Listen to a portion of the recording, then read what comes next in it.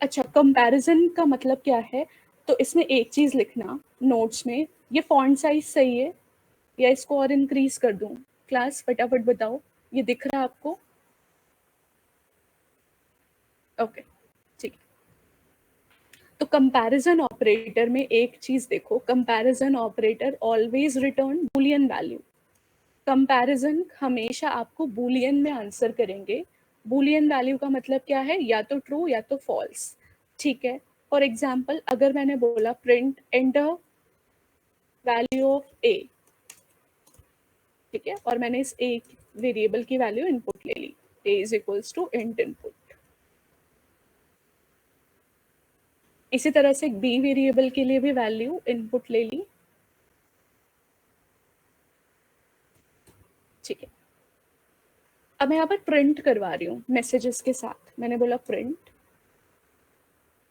A double equal to b. मेरे को बताना इसका आउटपुट क्या आएगा, सिर्फ इतना जो मैंने हाईलाइट किया है।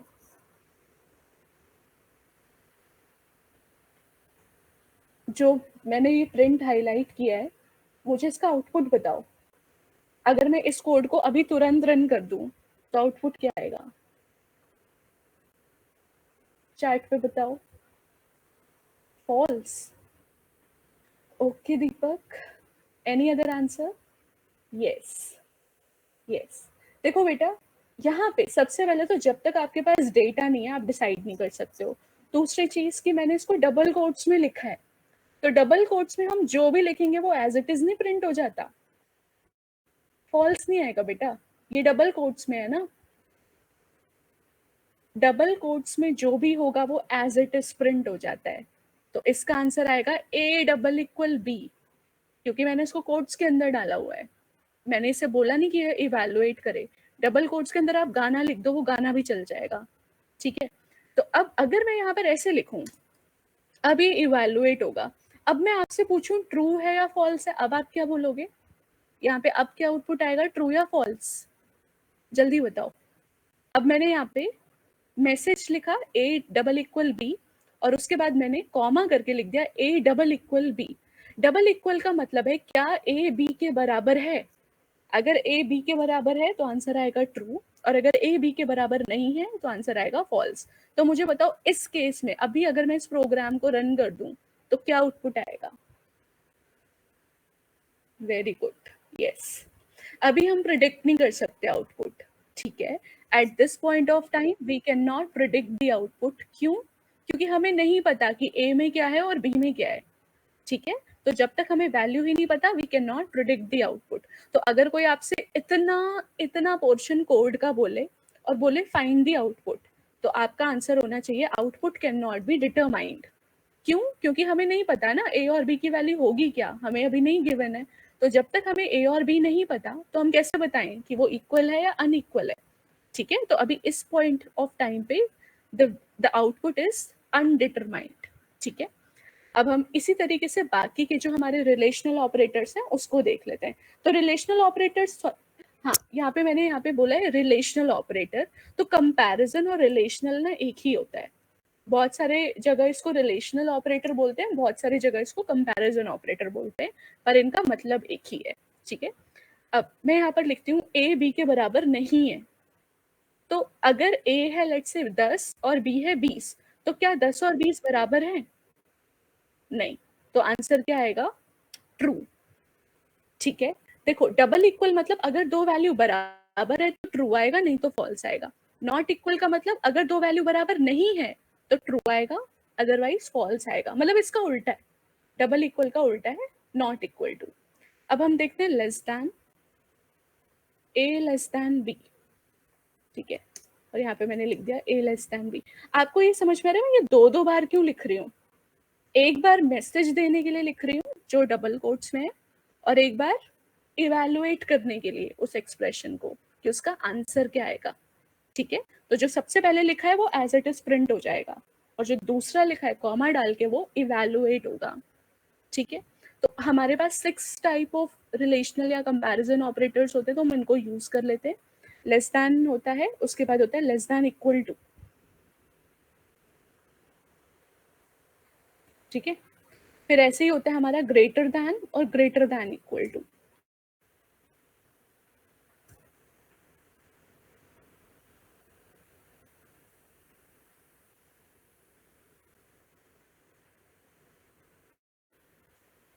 दैट्स इट, बस इतने 6 हमारे रिलेशनल ऑपरेटर्स होते हैं। अब देखो, अगर मैं यहाँ पर वैल्यू डाल दूं 5 और 5, तो क्या ए और बी बराबर है? हाँ। क्या ए और बी बराबर नहीं है? फॉल्स। क्या 5 लेस है 5 से? फॉल्स। क्या 5 लेस दैन इक्वल है बी से? Yes, true. देखो, लेस और लेस दैन इक्वल में क्या फर्क होता है? लेस दैन में ये दोनों, क्या 5 लेस है 5 से? नहीं। बट लेस दैन इक्वल में लेस या तो लेस हो या इक्वल हो, तो ये लेस नहीं है बट इक्वल है, इसलिए यहाँ पे आंसर आया ट्रू। सिमिलरली, क्या 5 बड़ा है 5 से? नहीं। पर क्या 5 greater than equal to? Greater than equal का मतलब या तो ग्रेटर हो या इक्वल हो, तो ग्रेटर नहीं है बट इक्वल है, तो इसलिए इसका आंसर आया ट्रू। तो ये बहुत आसान था हमारा, इसमें कोई डाउट है तो पूछ लो। ये वाला ऑपरेटर हमारा कंप्लीट हो गया है। रिलेशनल ऑपरेटर ये 6 ही होते हैं, ठीक है।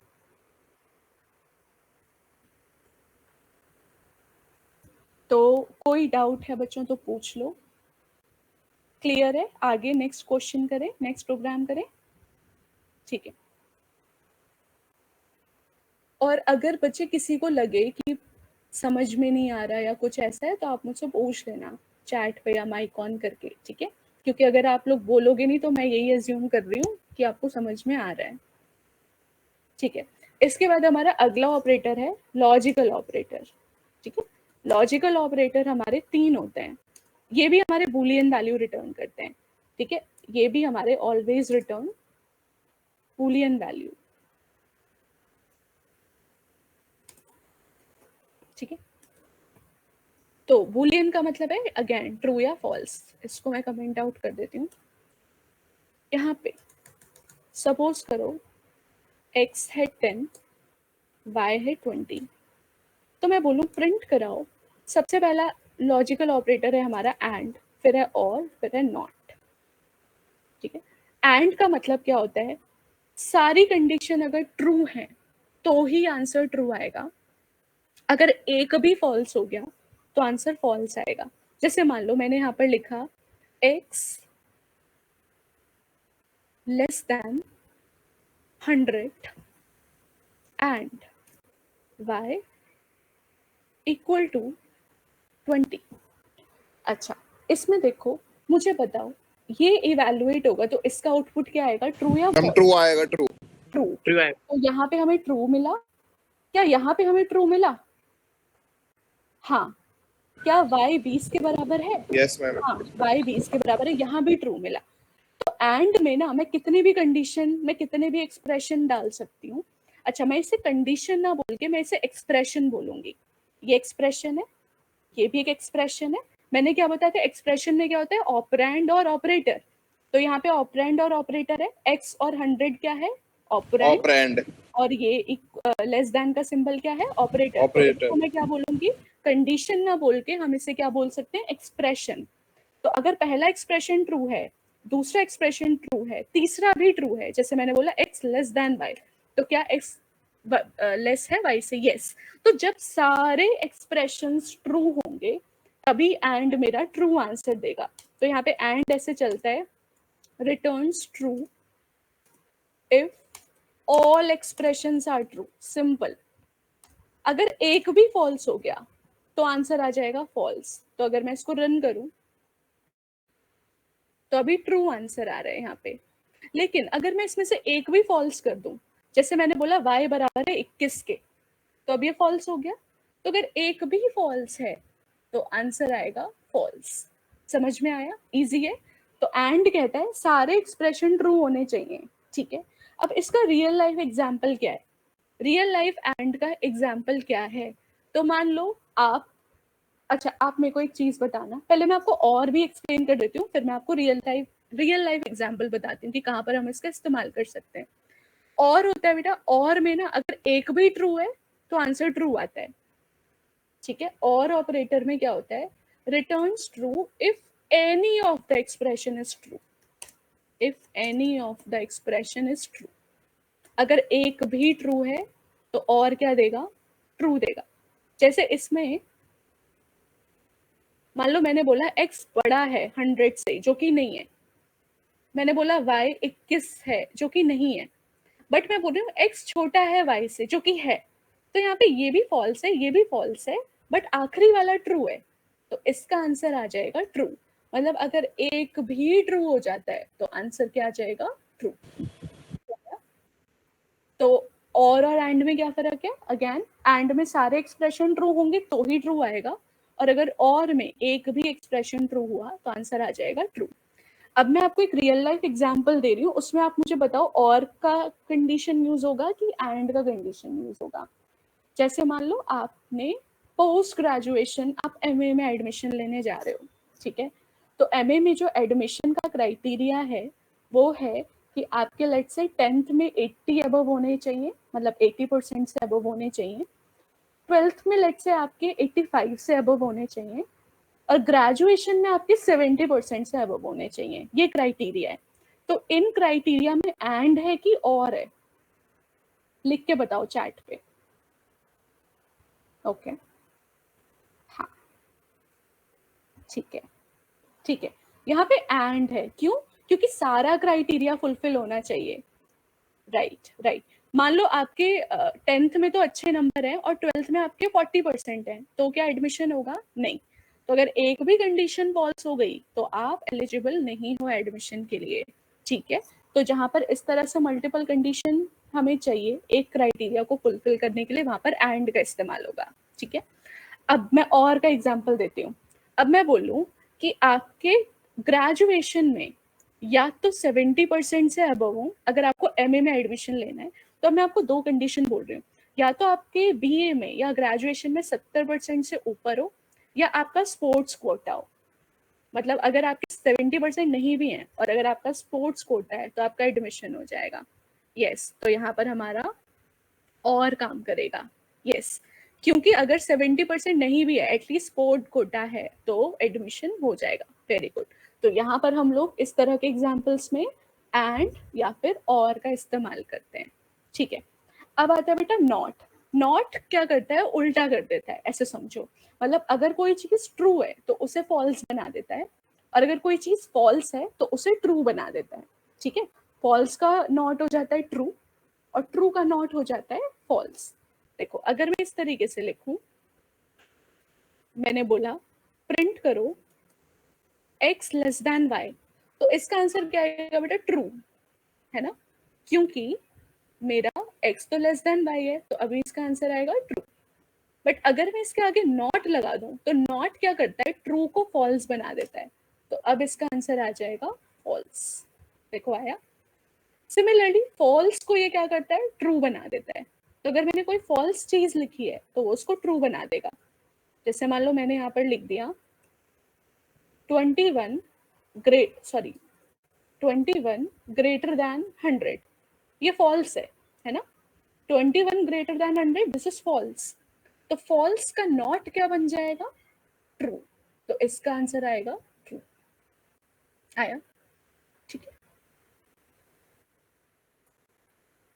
बिल्कुल बेटा, ये जितने भी लॉजिकल ऑपरेटर हैं वो सारे हमेशा बूलियन वैल्यू ही देंगे। और सिमिलरली जो अभी हमने ऊपर पढ़ा कंपैरिजन, ये भी हमेशा बूलियन में ही आंसर देंगे, ठीक है। अच्छा, तो ये था हमारा ऑपरेटर जिसका नाम है, हम इसे इफ एल्स के अंदर भी यूज कर सकते हैं। तो जो जब हम इफ एल्स पढ़ेंगे, लूप पढ़ेंगे, तो हम इसको और डिटेल में वहां पे यूज करेंगे, ठीक है। इसके बाद हमारा ऑपरेटर है मेंबरशिप। मेंबरशिप बहुत आसान है। मेंबरशिप कहता है कि आप बिलोंग, कोई चीज किसी भी लिस्ट से या स्ट्रिंग से, किसी सीक्वेंस से बिलोंग कर रही है या नहीं। फॉर एग्जाम्पल देखो, बहुत ईजी है मेंबरशिप ऑपरेटर। मेंबरशिप ऑपरेटर है या तो इन या तो नॉट इन, बहुत ईजी है। मान लो मैंने लिखा, मेरे पास एक स्ट्रिंग है और मैंने इसमें लिख दिया पाइथन। तो पाइथन में कितने कैरेक्टर हैं, 6, PYTHON। मुझे ये जानना है कि क्या मेरी स्ट्रिंग में T नाम का कैरेक्टर है, तो मैं बोलूंगी प्रिंट, ठीक है, T in S। मतलब मुझे ढूंढ के बताओ ये भी मेरा ट्रू या फॉल्स में आंसर देगा, ठीक है। तो मेंबरशिप ऑपरेटर भी मेरा रिटर्न क्या करता है, बूलियन वैल्यू। ये भी या तो ट्रू देगा या फॉल्स देगा। तो ये देखेगा क्या टी इस एस का पार्ट है, क्या इस स्ट्रिंग में एक एक कैरेक्टर को ढूंढेगा और बोलेगा क्या इसके अंदर टी है, जैसे सर्च करते हैं ना वैसे ही। तो हाँ, पाइथन के अंदर टी अवेलेबल है, तो इसका आंसर आ जाएगा ट्रू। देखो आया। लेकिन अगर मैं यहाँ पर z सर्च करूं कि क्या z ढूंढो, क्या मेरी इस पूरी स्ट्रिंग में कहीं z है, तो नहीं है, तो इसका क्या आंसर आ जाएगा, फॉल्स। समझ में आया? सर्च करने के लिए यूज होता है कि कोई चीज अवेलेबल है स्ट्रिंग में या लिस्ट में है कि नहीं है, तो उसके लिए हम लोग इन या नॉट इन का इस्तेमाल कर सकते हैं। ठीक है, इजी है, कोई डाउट तो नहीं है। और बेटा इन जो है उसका उल्टा होता है नॉट इन, ठीक है। इन का उल्टा होता है नॉट इन। नॉट इन मतलब अगर नहीं है तो ट्रू आएगा और अगर है तो फॉल्स आएगा, ठीक है। तो इन का उल्टा होता है नॉट इन। जैसे यहाँ पर अगर मैं इसको नॉट इन लिख दूं, इसका क्या आउटपुट आएगा, बाकी चीज कमेंट कर देते हैं हम, ठीक है। तो पहले वाले का आउटपुट आएगा फॉल्स, दूसरे वाले का आउटपुट आएगा ट्रू, ठीक है। कोई डाउट है इसमें, इन और नॉट इन में? डाउट है तो पूछ लो। मैम दोबारा एक्सप्लेन करना। ओके शिवा, देखो यहाँ पे ये स्ट्रिंग है, इसमें पाइथन लिखा हुआ है। मैं सर्च कर रही हूँ कि क्या जो z नाम का कैरेक्टर है वो s के अंदर है। नहीं, s के अंदर सिर्फ t है, y है, t है, h है, o है और n है, z नहीं है, तो इसका आंसर आएगा फॉल्स, ठीक है। अगर मैं यहाँ पे बोलूँ क्या p है s में, हाँ p है, मेरी इस s नाम की स्ट्रिंग में p अवेलेबल है ना, तो इसका आंसर आएगा ट्रू। तो बेसिकली सर्च करने के लिए होता है, अगर कोई कैरेक्टर स्ट्रिंग में है तो आंसर आ जाएगा ट्रू, और अगर नहीं है तो आंसर आ जाएगा फॉल्स। आया समझ? जैसे मैच करेगा तो ट्रू आएगा। क्या जैसे मैच करेगा तो ट्रू आएगा। हाँ, मैच करेगा तो ट्रू आएगा। देखो पहला वाला आंसर आएगा ट्रू, दूसरा ट्रू क्यों आ रहा है, क्योंकि दूसरा नॉट इन है, बोल रहा है जेड एस में नहीं है, तो ये सही है ना। नॉट इन, इन का उल्टा होता है नॉट इन, ठीक है। तो अगर मैं यहाँ पर बोलूँ क्या जेड एस में है, नहीं, तो इसका आंसर आएगा फॉल्स। लेकिन अगर मैं बोलूँ क्या जेड एस में नहीं है, तो हाँ नहीं है ना। क्या जेड नाम का कैरेक्टर इस स्ट्रिंग के अंदर है, नहीं, तो इसका आंसर भी क्या आ जाएगा, ट्रू, ठीक है। तो इन का उल्टा होता है not in.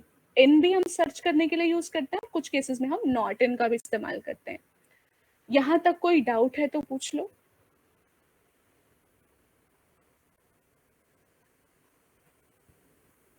In, not in और ये कंपैरिजन, लॉजिकल, कोई दिक्कत है इसमें?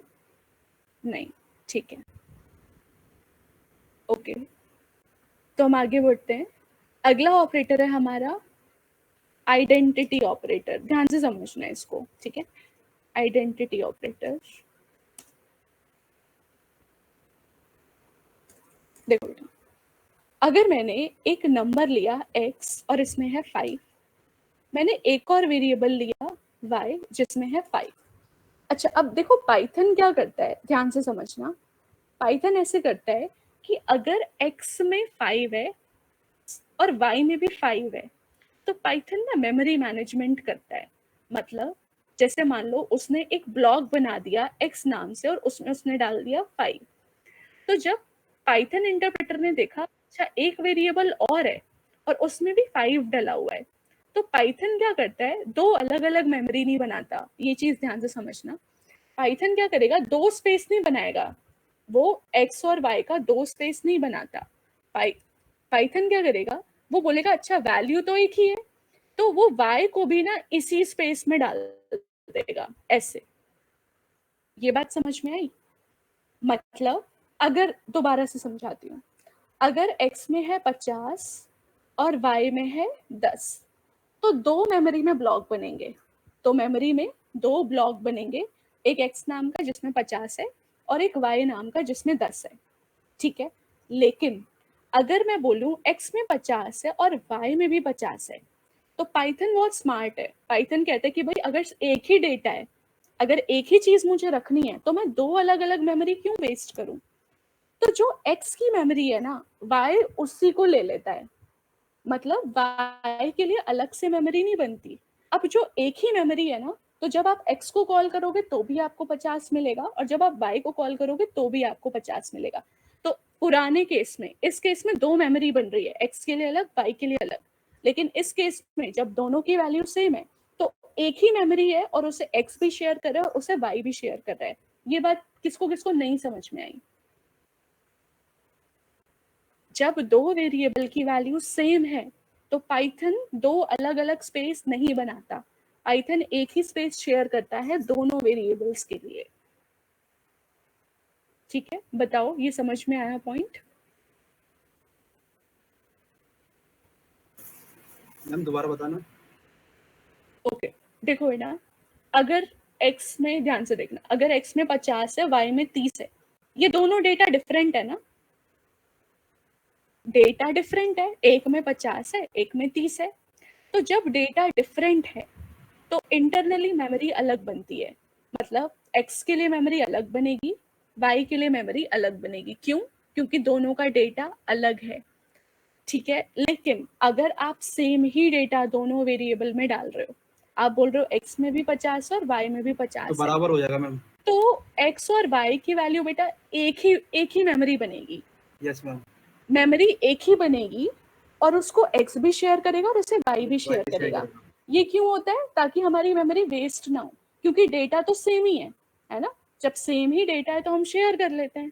ठीक है, जैसे एक होता है ना, अगर सबको ही गुड़गांव जाना है एक घर से, तो सब लोग एक ही कार में बैठ के चले जाते हैं। ये ऑप्शन है, या तो एक ऑप्शन है तुम अपनी गाड़ी में जाओ, मैं अपनी गाड़ी में जाता हूँ, तुम अपनी गाड़ी में जाओ।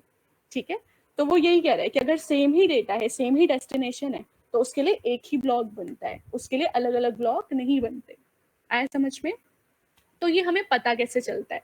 मतलब अगर मैं आपको बोलूं कि डेटा सेम है या नहीं, तो आप मुझे कैसे बताओगे? जल्दी, मेरा ये क्वेश्चन है। अगर दो वेरिएबल में डेटा सेम है या नहीं ये चेक करना है तो क्या यूज करेंगे? कौन सा ऑपरेटर यूज होगा? लिख के बताओ चैट पे। एक वेरिएबल है ए, एक वेरिएबल है बी, मुझे कंपेयर करना है कि दोनों का डेटा बराबर है या नहीं, कौन सा ऑपरेटर इस्तेमाल होगा? लिखो फटाफट चैट पे। Ma'am x equals to y। हाँ बेटा, डबल इक्वल टू, है ना, डबल इक्वल टू हाँ, कंपेयर के लिए। Double equals to. Exactly, double equal to. But यहाँ पर हम डेटा कंपेयर नहीं करेंगे।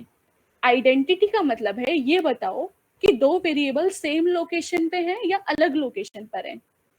ठीक है, आइडेंटिटी ऑपरेटर का मतलब है ये क्या कंपेयर करता है? Compare whether objects are in same memory location or not।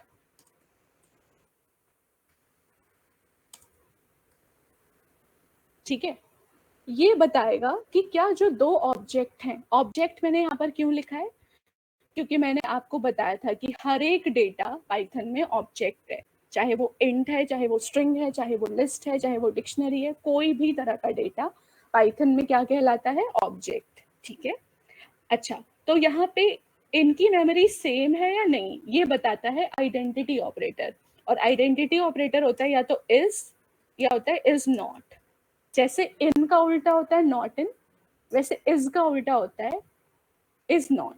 तो अभी हम देखते हैं, देखो, अगर इनकी लोकेशन सेम होगी ना तो इज जो है वो ट्रू रिटर्न करेगा। पहले मैं मैसेज डाल देती हूँ, x इज y, और फिर मैं यहाँ पर लिखती हूँ x इज y। ठीक है, ये मैसेज है, ठीक है, इसको कंफ्यूज मत होना।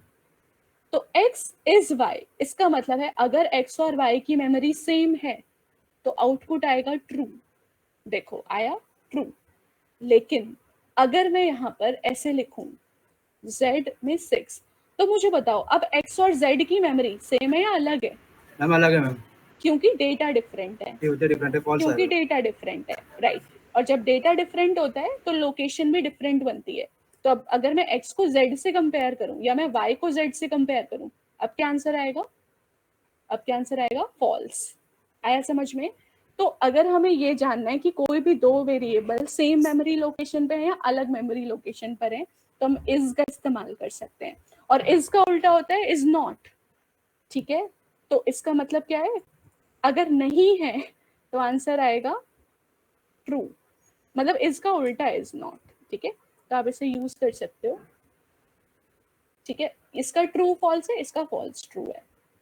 इसका उल्टा है इज नॉट। इसका मतलब अगर दो सेम लोकेशन पर है तो आंसर आएगा ट्रू। इसका मतलब है अगर दो अलग लोकेशन पर है तभी आंसर आएगा ट्रू, अदरवाइज आंसर आएगा फॉल्स। इतना समझ में आया सबको? ये आया समझ में?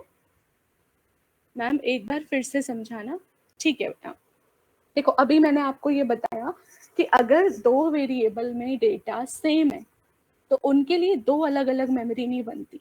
ठीक है, जैसे कार पूलिंग होता है, अगर मान लो आपके घर से 3 लोगों को एक ही डेस्टिनेशन पे जाना है, तो एक तो तरीका है कि आप लोग अलग अलग कार में जाओ अपनी, और एक तरीका है कि आप लोग एक ही कार में बैठ के उस डेस्टिनेशन पे चले जाओ। तो पाइथन ये बोलता है कि हम मेमोरी बचाएंगे, तो हम क्या करेंगे, अगर सेम ही डेटा है तो हम अलग अलग मेमोरी नहीं वेस्ट करेंगे, हम एक ही मेमोरी में शेयर करेंगे। तो इस केस में सेम मेमोरी एक्स और वाई शेयर कर रहे हैं, क्योंकि एक्स और वाई का जो डेटा है वो सेम है। तो अगर मेरे को ये जानना है, ये तो मैंने आपको एक्सप्लेन कर दिया, बट अगर कोई आपसे बोले नहीं प्रैक्टिकली करके दिखाओ, मुझे बताओ मेरे को प्रूफ कहाँ पर है कि ये सेम मेमोरी में या अलग मेमोरी में, तो आप बोलोगे एक आइडेंटिटी ऑपरेटर होता है, वो यही कंपेयर करता है कि दो वेरिएबल की मेमोरी सेम है या दो वेरिएबल की मेमोरी अलग है। तो एक्स और वाई की मेमोरी सेम होगी, क्यों? क्योंकि इनका डेटा सेम है। तो पहले वाले का आंसर आएगा। और क्या एक्स और जेड बराबर है? नहीं, क्योंकि एक्स की मेमोरी अलग है, जेड की मेमोरी अलग है। अलग क्यों है? क्योंकि इनका डेटा अलग है। तो क्या आंसर आएगा? फॉल्स। अब बताओ, अब ये समझ में आया?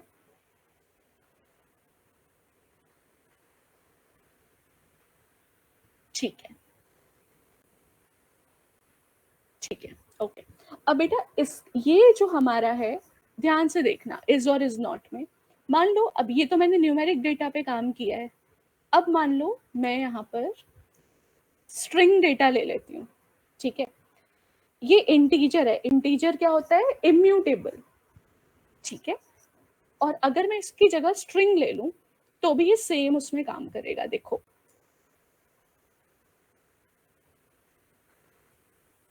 जैसे मान लो मैंने यहाँ पर डाल दिया हेलो, मैंने यहाँ भी डाल दिया हेलो, और मैंने यहाँ भी डाल दिया हाय। तो अब जो आप आउटपुट एंड में एक्सपेक्ट कर रहे थे वही आउटपुट आपको यहाँ भी मिलेगा, क्योंकि एक्स और वाई में डेटा सेम है तो वो मेमोरी शेयर करेंगे। दोबारा समझो, क्योंकि एक्स और वाई में डेटा सेम है तो वो मेमोरी शेयर करेंगे। ठीक है, और मेमोरी शेयर करेंगे तो उनका रेफरेंस सेम होगा, पर क्या एक्स और जेड मेमोरी शेयर करेंगे? नहीं।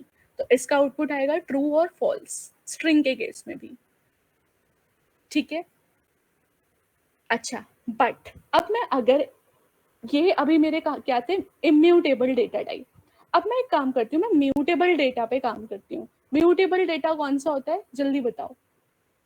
जो मैंने अभी इंट लिया ये इम्यूटेबल है, जो मैंने अभी स्ट्रिंग लिया ये भी इम्यूटेबल है। मैम हेलो और हेलो डालूं तो क्या आएगा? तो अलग आएगा बेटा। ठीक है, तो फॉल्स आएगा, तो ट्रू नहीं आएगा, क्योंकि पाइथन केस सेंसिटिव है। तो पाइथन में कैपिटल एलो और स्मॉल एलो अलग होता है, इसलिए उनकी अलग मेमोरी बनेगी। ठीक है दानिश, तब वो सेम नहीं रहेंगे, क्योंकि पाइथन केस सेंसिटिव है। अगर एक भी केस इधर उधर हो गया तो क्या होगा, डिफरेंट आएगा। हाँ, सेटलेस डिक्शनरी। तो अब हम एक काम करते हैं, जो मैंने ये वाला काम किया है इसको मैं लिस्ट में करती हूँ, सेम काम। ठीक है,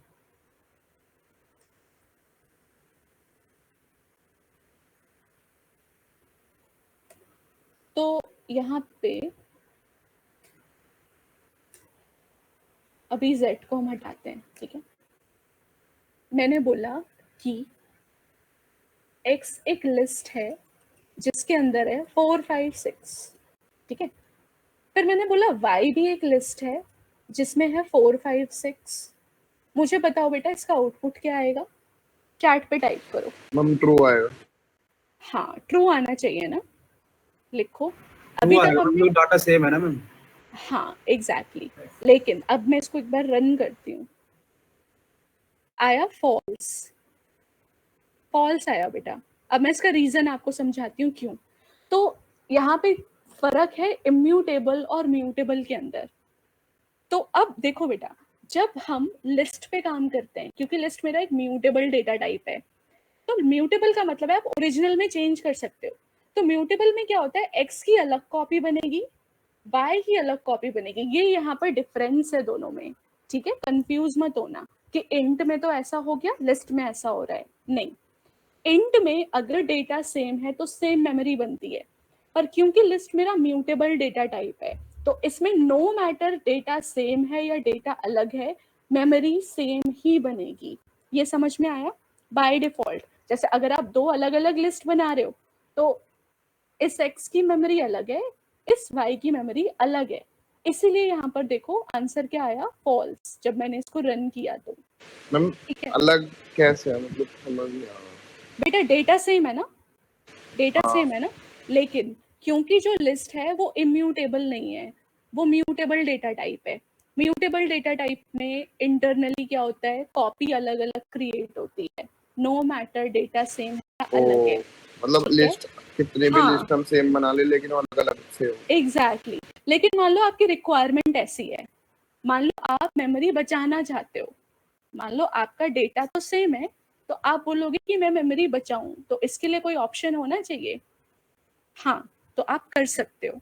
दोबारा सुनो, मान लो मैं ये बोल रही हूँ कि भाई एक्स और वाई में क्योंकि कंटेंट सेम ही है, तो मैं अलग अलग मेमोरी नहीं बनाना चाहती। जैसे इसमें क्या हो रहा है, एक्स के लिए अलग मेमोरी बन रही है, वाई के लिए अलग मेमोरी बन रही है, बट अब मुझे ऐसा नहीं चाहिए।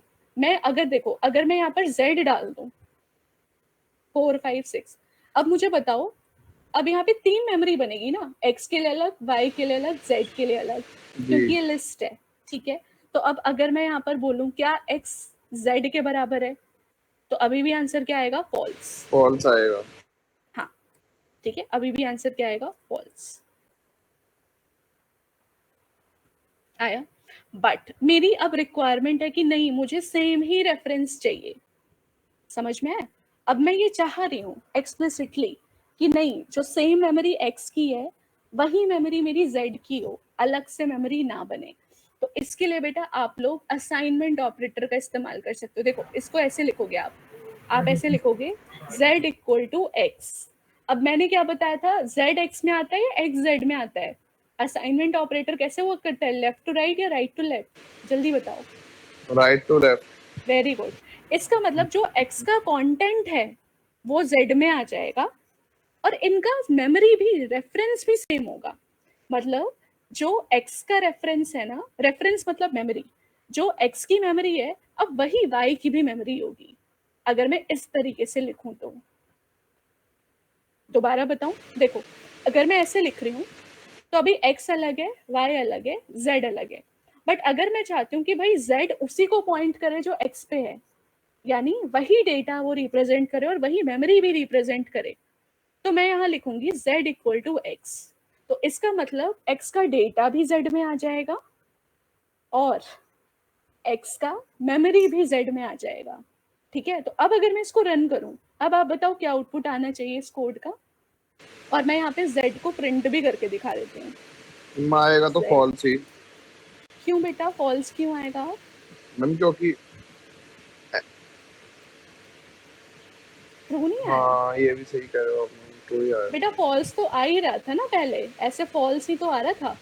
जब हम ऐसे अलग अलग असाइन कर रहे हैं तब तो हाँ, अलग अलग मेमोरी बन रही है। और अगर हम बट x की पूरी वैल्यू डाल देंगे z में, हाँ तो फिर तो ट्रू ही आएगा। बट मैंने अब इसको इस तरह से असाइन कर दिया, तो इसका मतलब जो x का वैल्यू है वो z में चला जाए, और और जो z की x वैल्यू का भी रेफरेंस है वो भी z में चली जाए। अब देखो मैंने z की वैल्यू प्रिंट कराई है, देखो तो z में क्या आया, 4 5 6 जो x में था।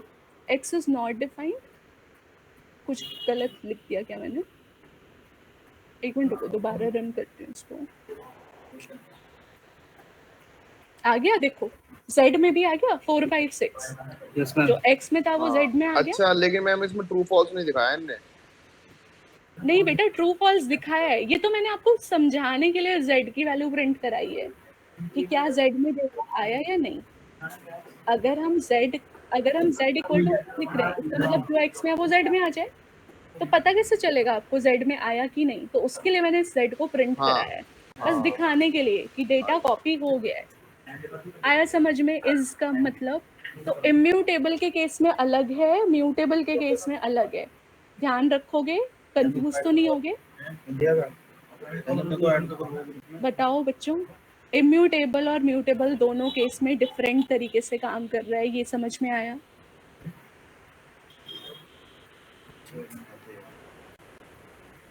ओके ठीक है, तो अब कंफ्यूज मत होना, ठीक है? इसमें मैम एक बार वापस बता दो, ठीक है? अभी अंकर ये बताओ क्या नहीं समझ में आया? मैं ये बोल रही हूँ बेटा कि अगर आपने म्यूटेबल डेटा लिया है लिस्ट, तो लिस्ट में आप कितना भी सेम लिस्ट बनाओ, इनकी मेमोरी अलग ही बनेगी। जैसे x और y का कंटेंट सेम है, ठीक है, तो इनकी मेमोरी अलग बनेगी क्योंकि ये लिस्ट है। लिस्ट में हमेशा मेमोरी डिफरेंट बनती है, नो मैटर कंटेंट सेम है या कंटेंट अलग है। बट अगर मेरी रिक्वायरमेंट है कि नहीं मुझे सेम ही मेमोरी चाहिए, सेम ही डेटा चाहिए, तो मैं क्या करूंगी, मैं इस तरह से लिखूंगी z इक्वल टू एक्स। इसका मतलब जो x में है वो z में आ जाए। तो ये एक तरह से इसके रेफरेंस, मतलब जहां पर x है ना, अब वहीं पे z पॉइंट कर रहा है, इसका ये मतलब है। तो अगर आप x को कॉल करोगे तो भी 4 5 6 आएगा, और अगर आप z को कॉल करोगे यानी z को प्रिंट करोगे तो भी 4 5 6 आएगा, ठीक है? समझ में आया? जी मैम। अच्छा, अब बेटा एक होता है इज और इज नॉट ऑपरेटर, और आप एक और तरीके से देख सकते हो कि दो चीजें सेम रेफरेंस शेयर कर रही हैं या नहीं। तो वो हम देख सकते हैं आईडी की मदद से। ये देखो यहाँ पे, तो एक्स और वाई अलग अलग लोकेशन पर है ना, दोबारा Yes, ma'am. बताओ। तो इनकी जो लोकेशन है वो अलग आनी चाहिए। देखो यहाँ पे किसी का लोकेशन या रेफरेंस कैसे प्रिंट करा सकते हैं, तो मैं यहाँ पर लिखूंगी आईडी ऑफ एक्स इज, ठीक है, आईडी एक्स, इस तरीके से। इसी तरह से मैं आईडी ऑफ वाई भी प्रिंट करा देती हूँ और आईडी ऑफ जेड भी प्रिंट करा देती हूँ। तो आप मुझे बताओ जो मेमोरी है वो किसकी सेम आनी चाहिए और किसकी अलग आनी चाहिए? मैम एक्स वाई की तो सेम आनी चाहिए। मैम एक्स वाई की अलग अलग आएगी और जेड और एक्स की ये सेम आएगी। लिस्ट है, ये लिस्ट है। अगर ये स्ट्रिंग होता तब ये सेम आता, बट ये लिस्ट है, तो एक्स और वाई की क्या आएगी, अलग आएगी। वेरी अलग गुड। अलग आएगी मैम। जी मैम, एक्स और जेड की एक ही आएगी। जेड की सेम आएगी। एग्जैक्टली, चेक कर लेते हैं। देखो आया, देख रहे हो x और z की आईडी बिल्कुल सेम है। एक मिनट मैं इसको स्क्रॉल करती हूँ अच्छे से। देखो x और z की आईडी सेम है, मेमोरी रेफरेंस सेम है, पर y का मेमोरी रेफरेंस अलग है। देख रहे हो? जी मैम। ठीक है, x और z का रेफरेंस सेम है क्योंकि वो सेम मेमोरी पे है, लेकिन x और y का रेफरेंस अलग है क्योंकि वो अलग मेमोरी में है। आया समझ में? तो अगर आपको ये देखना है कि कोई दो सेम रेफरेंस शेयर कर रहे हैं या नहीं, तो आप एक आइडेंटिटी ऑपरेटर की मदद से देख सकते हो, और दूसरा आप ऐसे आईडी प्रिंट करके देख सकते हो, ठीक है? तो अगर आईडी सेम है मतलब वो सेम मेमोरी में है, और अगर आईडी अलग है मतलब वो अलग मेमोरी में है। ये चीज समझ में आ गई सबको? हाँ, x इक्वल टू जेड का मतलब है बेटा जो z में है वो x में आएगा। अगर हम x इक्वल टू जेड लिखें तो इसका मतलब जो z में है वो x में आएगा, ठीक है? और अगर z इक्वल टू एक्स लिख रहे हैं तो इसका मतलब जो x में है वो z में आएगा। राइट टू लेफ्ट चलता है ये, ठीक है? मीनिंग चेंज हो जाएगा दोनों का, x इक्वल टू जेड और z इक्वल टू एक्स का। ठीक है, यहां तक कोई दिक्कत है तो पूछो। तो ये हमारे ऑपरेटर्स खत्म हो गए। हमारा एक ऑपरेटर बचा है बिटवाइज ऑपरेटर, जिसमें बहुत सारी कैलकुलेशंस की नीड है।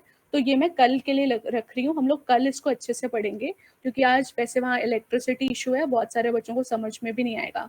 इसमें पूरा कैलकुलेशन वाला पार्ट है। तो हमारा ऑपरेटर्स कंप्लीट हो गया है। कल हम स्टार्टिंग में सुबह कल हम बिटवाइज ऑपरेटर की कैलकुलेशन सीखेंगे। तो सब लोग कॉपी पेन लेके रेडी रहना, क्योंकि इसमें समझने वाली चीज कैलकुलेशन नहीं है, ठीक है? पूरा मैथमेटिकल कैलकुलेशन बेस्ड है हमारा बिटवाइज ऑपरेटर, कि कोई बिटवाइज ऑपरेटर अगर लगा रहा है तो किस तरह से आउटपुट आता है, ठीक है? तो बाकी हमारा जो ऑपरेटर टॉपिक है वो खत्म हो चुका है। अब मुझे बताओ अगर इसमें एक भी डाउट है आप लोगों को तो पूछ लो। अच्छा ये देखो यहाँ पे एक चीज और, अगर मैं इस तरह से लिख रही हूँ, ठीक है, यहाँ पे देखो, और मैं यहाँ पर लिख दूँ प्रिंट ID ऑफ x और ID ऑफ y। अब बताओ ID ऑफ x और ID ऑफ y इस केस में क्या आएगा? मैम सेम आएगा। सेम आएगा, यस। तो अगर आपको ये जानना है कि सेम मेमोरी ले रहे हैं अलग मेमोरी ले रहे हैं, तो आप इस तरह से प्रिंट करा के देख सकते हो। मैम जो कि लिस्ट में नहीं है ना ये भी। हाँ एग्जैक्टली, ये देखो सेम आ रहा है।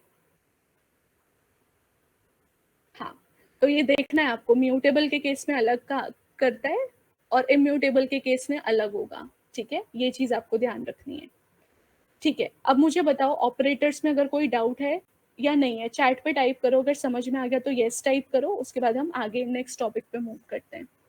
और अगर डाउट है तो टाइप करो क्या डाउट है। ओके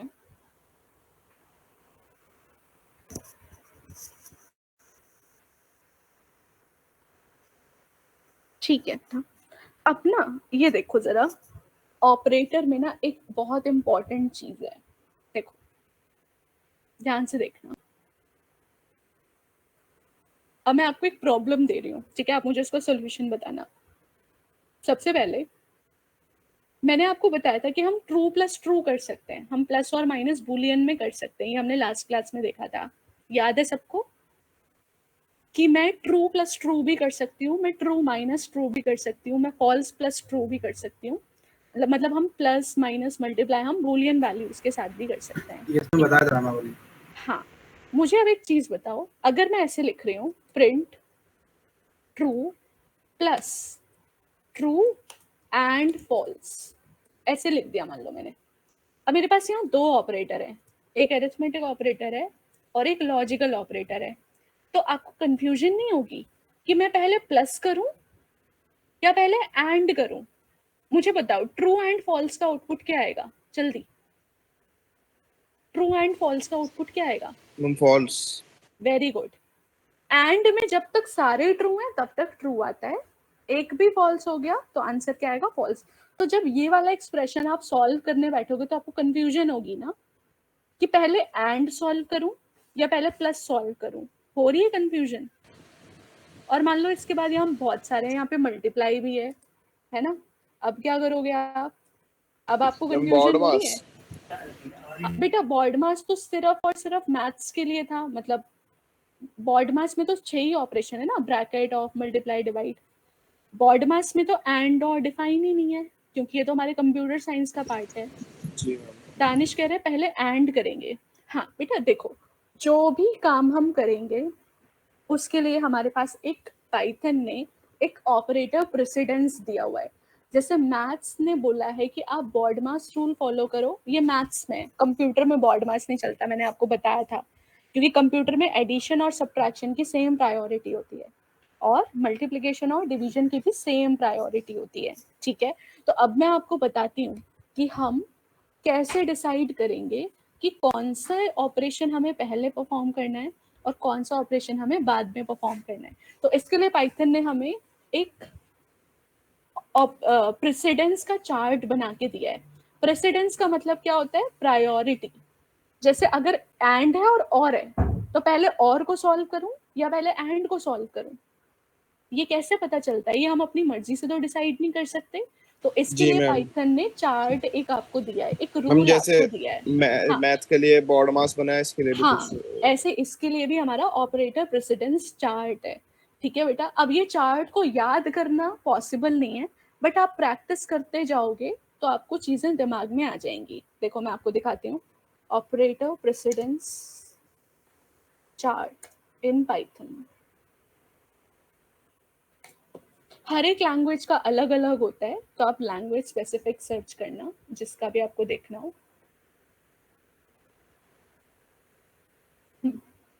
देखो बेटा यहाँ पे ना दो चीज लिखी है, यहाँ पे एक लिखा है प्रेसिडेंस और एक लिखा है एसोसिएटिविटी। मैं आपको प्रेसिडेंस का मतलब होता है कौन सा पहले होगा कौन सा बाद में होगा, ठीक है? प्रेसिडेंस का मतलब है पहले प्लस होगा या पहले एंड होगा, ये डिसाइड अगर हमें करना है तो वो डिसीजन हम लेते हैं प्रेसिडेंस के बेसिस पे। और एसोसिएटिविटी का मतलब होता है कि दो तरह की एसोसिएटिविटी होती है, ध्यान से समझना। एसोसिएटिविटी का मतलब होता है left associative and right associative. इसका मतलब ये हुआ, जैसे चाहे मैं 3+4 करूं या मैं 4+3 करूं, मेरा आंसर सेम आएगा ना। चाहे मैं प्लस लेफ्ट से शुरू करूं, चाहे मैं राइट से प्लस करना शुरू करूं, यानी चाहे मैं 3+4 करूं, चाहे मैं 4+3 करूं, क्या मेरा आउटपुट सेम आ रहा है? बताओ, डिस्कनेक्ट हो गया क्या? यस मैम सेम आएगा। हाँ, सेम आएगा। बट अगर मैं 3-4 करूं और 4-3 करूं, अब क्या ये सेम है? No ma'am. नहीं। हाँ, तो एसोसिएटिव हमारी लेफ्ट और राइट होती है। लेफ्ट, इसका मतलब प्लस जो है वो मेरा लेफ्ट एसोसिएटिव भी है और राइट एसोसिएटिव भी है। मतलब मैं प्लस को कैसे भी करूं, मेरा आउटपुट सेम आएगा। बट माइनस ऐसा नहीं है। माइनस में मैं ऐसे नहीं कर सकती कि लेफ्ट में भी माइनस करूं तो भी सेम आए और राइट में भी मैं माइनस करूं तो भी सेम आए, ये नहीं हो सकता। सिमिलरली मल्टीप्लीकेशन, 3×4 या 4×3 एक ही बात है, पर क्या 3/4 और 4/3 क्या एक ही बात है? नहीं। No ma'am. ठीक है, तो ये मतलब है, ऐसा नहीं कि हम लेफ्ट से कर रहे हैं या राइट से कर रहे हैं। मतलब यहाँ पे मैटर करता है कि आप लेफ्ट से करो या राइट से करो, लेकिन यहाँ पे मैटर नहीं करता। प्लस में मैटर नहीं करता मैं लेफ्ट टू राइट प्लस करूं या राइट टू लेफ्ट प्लस करूं, आउटपुट सेम आएगा। बट माइनस में मैटर करता है, लेफ्ट में करूंगी तो अलग आएगा, राइट में करूंगी तो अलग आएगा। ठीक है, तो अब हम इसमें एसोसिएटिविटी देखते हैं कि क्या होता है। सबसे पहले यहाँ देखो, ये चार्ट है जिसकी मैं बात कर रही थी। ठीक है, ये चार्ट की मैं बात कर रही थी और इसमें कुछ एग्जाम्पल्स गिवन है। अब देखो यहाँ पे इसने लिखा है लेफ्ट राइट एसोसिएटिविटी। तो मुझे बताओ, मल्टीप्लाई और डिवाइड, अगर यहाँ पे मल्टीप्लाई होता दोनों जगह तब कोई दिक्कत नहीं थी।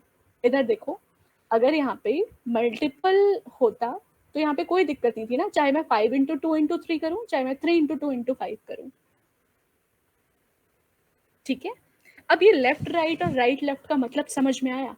देखो, लेफ्ट और राइट एसोसिएटिविटी मतलब आप लेफ्ट से राइट पे जा रहे हो, और राइट टू लेफ्ट एसोसिएटिविटी आप लेफ्ट टू राइट पे आ रहे हो, सॉरी राइट टू लेफ्ट पर आ रहे हो। एक और एग्जांपल बताती हूँ। देखो, अगर आप ऐसे कर रहे हो 2+3+4, ठीक है, तो आपने इसे या तो लेफ्ट से किया या तो राइट से किया, इसका आंसर सेम आएगा which is 9।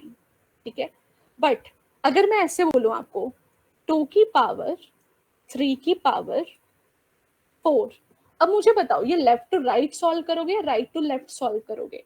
Left to left associative का मतलब है लेफ्ट टू राइट हम सॉल्व करने जा रहे हैं, और राइट एसोसिएटिव का मतलब होता है कि हम राइट से लेफ्ट सॉल्व करने जा रहे हैं। तो मुझे इसका आंसर बताओ जल्दी से। मैंने लिखा है 2⁴, तो पहले ये कैलकुलेट होगा या पहले ये कैलकुलेट होगा? जल्दी बताओ। मैम 2⁴ होगा पहले। पक्का? मैम क्योंकि लेफ्ट टू राइट जा सोच रहे के हैं। बताओ।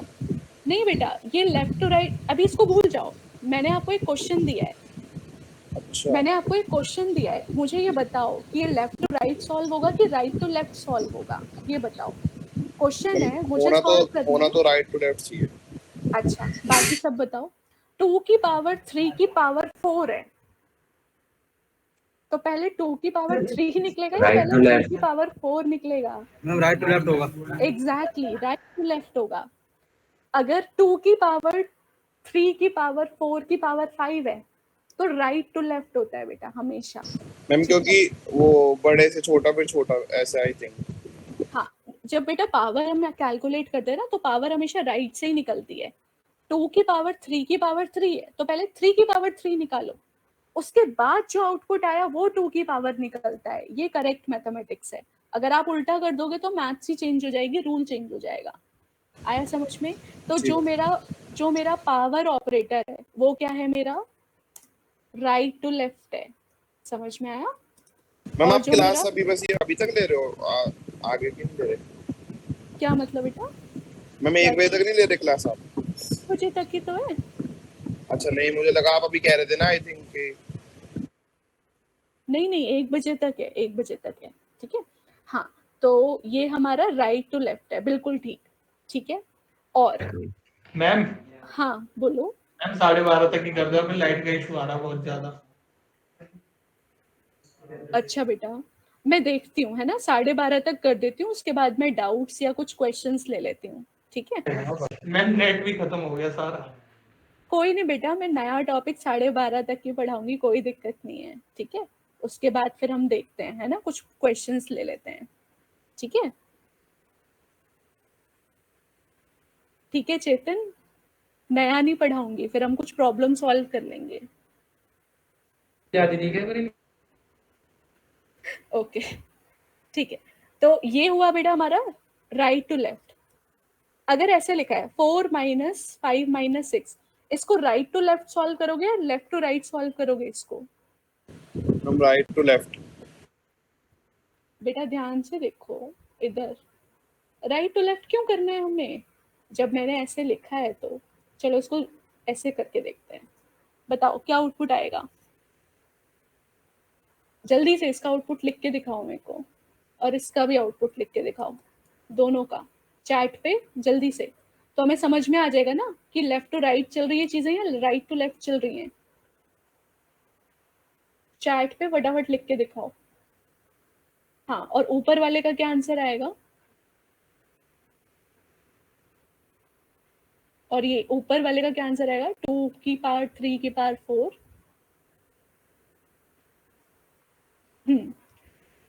ये आया हमारा -7 है बेटा। -7 क्यों है? क्योंकि लेफ्ट टू राइट चल रहा है। जब सारे ही माइनस है ना, तो जब आपको कोई सॉल्व करने को बोलेगा तो आप लेफ्ट से सॉल्व करना, क्यों, कोई कॉन्फ्लिक्ट नहीं है। यहाँ पर हमें देखना नहीं है कि पहले क्या हो रहा है बाद में क्या हो रहा है। अगर एक जगह मल्टीप्लाई होता फिर एक जगह डिवाइड होता, तब आप सोचते कि पहले क्या करूं बाद में क्या करूं, है ना। यहाँ पे तो कुछ सोचना ही नहीं है क्योंकि सारे ही माइनस है। तो जब सारे ही ऑपरेटर की सेम माइनस। प्रायोरिटी है तो लेफ्ट से राइट करो। समझ में आया? जब सारे ऑपरेटर की सेम ही प्रायोरिटी है तो लेफ्ट से राइट हमें करना है। राइट टू लेफ्ट कब करना है? सिर्फ मैम इस सेम पावर वाले के। प्रायोरिटी पता कैसे चलेगा? सेम प्रायोरिटी ऐसे पता चलेगा बेटा, ये अभी मैंने प्रेसिडेंस चार्ट खोला था ना, दोबारा से खोलती हूँ मैं। इधर आते हैं हम वापस से। ये है बेटा, देखो। तो ये बोल रहा है यहाँ, ये देखो, ये बहुत सारे कॉमा कॉमा करके लिखे हैं। ये देखो प्लस और माइनस के बीच में कॉमा है। हाँ। इसका मतलब इनकी प्रायोरिटी सेम है। यहाँ पे मल्टीप्लाई, डिवाइड, फ्लोर डिवीजन और परसेंटेज, इन मॉड्यूलस, यानी इनकी प्रायोरिटी सेम है। तो जो भी कॉमा करके लिखे हैं इसका मतलब वो सेम प्रायोरिटी पे हैं, ठीक है। ये जो हमारी प्रायोरिटी है ये हाई टू लो है। मतलब अगर कहीं ब्रैकेट लिखा है तो ब्रैकेट पहले सॉल्व होगा, उसके बाद पावर सॉल्व होगी, उसके बाद ये प्लस माइनस बिटवाइज। बिटवाइज अभी हम पढ़ेंगे। प्लस माइनस का मतलब क्या है? जैसे +5 और -5 नेगेटिव नंबर्स के लिए हम यूज करते हैं ना। जैसे मान लो मैंने -5 लिखना हो तो मैं कैसे लिखूंगी? मैं ऐसे ही तो लिखूंगी -5। इसको बोलते हैं यूनरी माइनस। यूनरी माइनस का मतलब है कि ये -5 है। लेकिन अगर मैं यहाँ पर ऐसे लिखूं 5 - 3, तो इसका मतलब ये नहीं है कि 3 माइनस है 5 प्लस है। इसका मतलब है 3 में 5 में 3 में घटा रही हूँ। यहाँ पे इसका मीनिंग चेंज हो गया। लेकिन अगर मैंने सिर्फ ऐसे लिखा तो इसका मतलब ये नंबर ही क्या बन गया? -3, ठीक है। तो ये हमारा ऑपरेटर प्रेसिडेंस का चार्ट है। ये लिंक मैं अभी बुकमार्क कर रही हूँ, मैं इस लिंक को आप लोगों को ग्रुप पे शेयर कर दूंगी, ठीक है। तो आप लोग इसके नोट्स बना लेना, ठीक है। खुद से लिखोगे ना एक बार तो समझ में आ जाएगा, ठीक है। तो अब हम वापस से आते हैं अपने क्वेश्चन पे। हमारा क्वेश्चन ये था कि मैंने यहाँ पर लिखा हुआ था print true plus false and false या एंड ट्रू, कुछ भी, ठीक है। तो मेरा क्वेश्चन था, या इसको भी मैं ट्रू ही कर देती हूँ, ठीक है। मेरा क्वेश्चन था कि पहले प्लस होगा या पहले एंड होगा। तो अब इसमें देखो जरा, प्लस है, प्लस की प्रायोरिटी ज्यादा है, देख रहे हो, और एंड की प्रायोरिटी नीचे है। अच्छा, अब समझ आया। हाँ ठीक है, पहले प्लस होगा। इस चार्ट को देखना है, ठीक है। तो इस चार्ट में सबसे पहले बोला है कि प्लस करो, और अगर एंड आता है तो उसे आखिरी में सॉल्व करो। तो अब मुझे इस प्रेसिडेंस चार्ट को देख के क्लियर हो गया कि पहले ये ऑपरेशन परफॉर्म होगा, तो इसका आंसर क्या आएगा? ट्रू प्लस ट्रू का आंसर क्या आएगा? 2, है ना? ट्रू आएगा, यस मैम। 2 आएगा। अब 2 एंड ट्रू क्या होता है? जल्दी बताओ।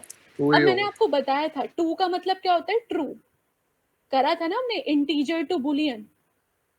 अगर 2 इंटीजर है तो 2 का मतलब क्या हुआ? ट्रू। फॉल्स सिर्फ 0 के केस में फॉल्स होता है, याद है? पिछली बार टाइप हाँ कन्वर्जन हाँ पढ़ाया था। तो अगर यहाँ पर ऐसे आता, अगर ये ऐसे आता तो 1 - 1 इज 0, है ना? 0 एंड ट्रू, इसका आंसर क्या आएगा? फॉल्स। दोबारा से समझाऊं?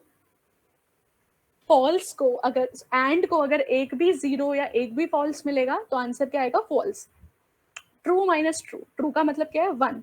What is 1 - 1? What is 1 - 1? 0।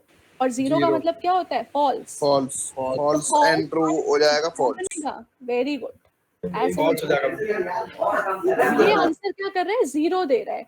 क्यों? क्योंकि मैंने बताया था पाइथन क्या करता है? इंटरनली टाइप कन्वर्जन कर देता है। तो फॉल्स का मतलब क्या है? 0। ठीक है। अब देखो यहाँ पे, अब अगर मैं यहाँ पर लिखूं ट्रू प्लस फॉल्स, ठीक है, तो अगेन, और यहाँ पे मान लो मैंने एंड पहले लिख दिया और प्लस बाद में लिखा, अब क्या होगा? अब बताओ। मैम फॉल्स आएगा अब भी मैम, क्योंकि ट्रू फॉल्स फॉल्स होगा और फॉल्स प्लस ट्रू नहीं फॉल्स। बच्चे, इधर देखो, प्रायोरिटी एंड की है या प्रायोरिटी प्लस की है? ओ लेफ्ट टू सॉरी, राइट नहीं हाँ करना, हाँ हाँ है ना? हाँ। प्रायोरिटी देखनी है। Right to priority left. हाँ, प्रायोरिटी किसकी है? प्लस की। पहले प्लस प्लस की आएगा, पहले प्लस प्लस आएगा। आएगा मैम, प्लस आएगा। क्या आएगा? 0 + 1 क्या आएगा? 1, 1 है ना? 1 0 + 1 क्या आएगा? 1। 1 अब आएगा। ट्रू एंड 1 क्या आएगा? हाँ फॉल्स। ट्रू। ट्रू आएगा बेटा। ट्रू ट्रू एंड के ट्रू, ट्रू नहीं हुआ? ये ट्रू है। फॉल्स मैम, प्लस ट्रू 1 हो गया ना? आपने देखो, बोला था ना 0 के ऊपर वो होगा तो वो ट्रू हो जाएगा, और जो 0 होगा तो फॉल्स होगा। हाँ, 0 का मतलब फॉल्स है, 1 का मतलब ट्रू है, वही तो कह रही हूँ। देखो इधर, इसका आंसर क्या आया? हाँ फॉल्स मैम हाँ प्लस कह ट्रू रही हाँ, क्या है हुआ? प्लस होगा। आ गया समझ में। आ गया समझ में? ये बन गया ट्रू एंड 1। तो ट्रू का मतलब तो 1 ही होता है, तो 1 एंड 1 1 ही आएगा, हाँ है हाँ ना? हाँ। ठीक है। तो अब प्रेसिडेंस का मीनिंग आप सबको समझ में आ गया। अब इसी तरह से अगर यहाँ पे ऐसे लिखा होता, ये तो चलो ठीक है, यहाँ पर अब लिखा होता 3 की पावर 3 प्लस, अब क्या आउटपुट आता? ये प्रेसिडेंस चार्ट के हिसाब से, ठीक है, मैं प्रेसिडेंस चार्ट ओपन कर रही हूँ। तो सबसे पहली प्रायोरिटी एक्सपोनेंट की है, पावर खुलेगी पहले। फिर प्रायोरिटी है। हाँ, इसको सॉल्व करके बताओ इसका आउटपुट क्या आना चाहिए। सॉल्व करो इसको और बताओ फटाफट। अब यहाँ पे ये इक्वेशन बनी है, जल्दी से सब सॉल्व करो और आंसर बताओ। इसका आंसर या तो 1 आएगा या तो 0 आएगा। ठीक है, बताओ क्या आएगा इसका आंसर। ठीक है, सब लोग कॉपी में सॉल्व करके चार्ट मैम पे इसका टाइप करो। आंसर, मैम इसका आंसर वैसे ट्रू आएगा ना? ओके बेटा, एक सेकेंड एक सेकेंड। मैम फॉल्स आएगा इसका आंसर। अभी मैंने अभी इसको सॉल्व किया नहीं है, आप लोग इसको सॉल्व करो पहले, फिर मैं देख के बताती हूँ, फिर मैं सॉल्व करती हूँ। लाइट चली गई इंस्टीट्यूट में।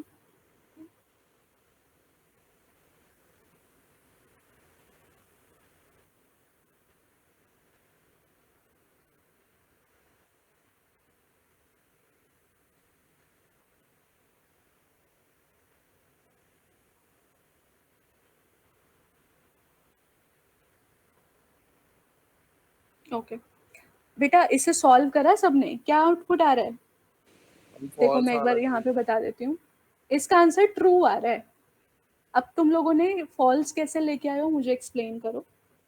मैं बताऊं कैसे आएगा? सब अपनी तरफ से अटेम्प्ट कर लो। पहले सब अपनी तरफ से अटेम्प्ट कर लो, आप लोगों का क्या जवाब आ रहा है। ट्रू ट्रू ट्रू, हाँ, तो आपका सही है, 2 बच्चों ने सही जवाब दिया है।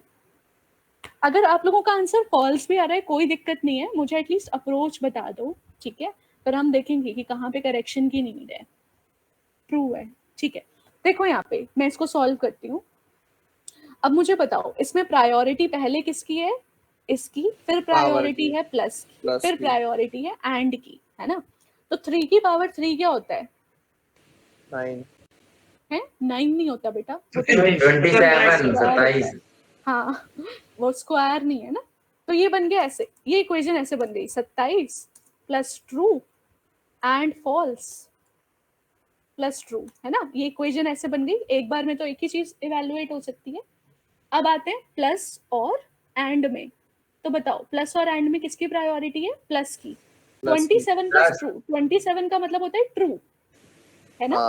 ट्रू तो plus true true plus true क्या हो जाएगा 2, ट्रू। ठीक है। एंड फॉल्स प्लस ट्रू क्या हो जाएगा, फॉल्स होना चाहिए। नहीं बेटा 0 प्लस 1 क्या होगा, 1 नहीं होगा। फॉल्स 0 है, ट्रू 1 है। बेटा 0 प्लस 1 मैम बट एंड में तो एक भी फॉल्स हो गया तो फॉल्स हो जाता है ना वो। बेटा यही तो बता रही हूँ, पहले मल्टीप्लाई होगा फिर प्लस होगा और आखिरी में एंड होगा। आखिरी में एंड होगा तो ट्रू होगा ना। समझ में। अभी हम एंड नहीं कर रहे, पहले हमने पावर निकाल दी, अब हमारा काम है हम प्लस करें। और जब प्लस हो जाएगा तो आखिरी में प्रायोरिटी किसकी है, एंड की। तो एंड आखिरी में इवैल्यूएट होगा। आया समझ में। ठीक है। पहले इस प्लस को इवैल्यूएट करो। तो फॉल्स प्लस ट्रू क्या हो गया 1। अब दोनों अगर ट्रू हैं, 2 का मतलब भी ट्रू होता है, 1 का मतलब भी ट्रू होता है, तो आंसर क्या आएगा ट्रू ही होगा। ट्रू। ट्रू होगा क्या होता है 1। आया समझ में। यस। ठीक है।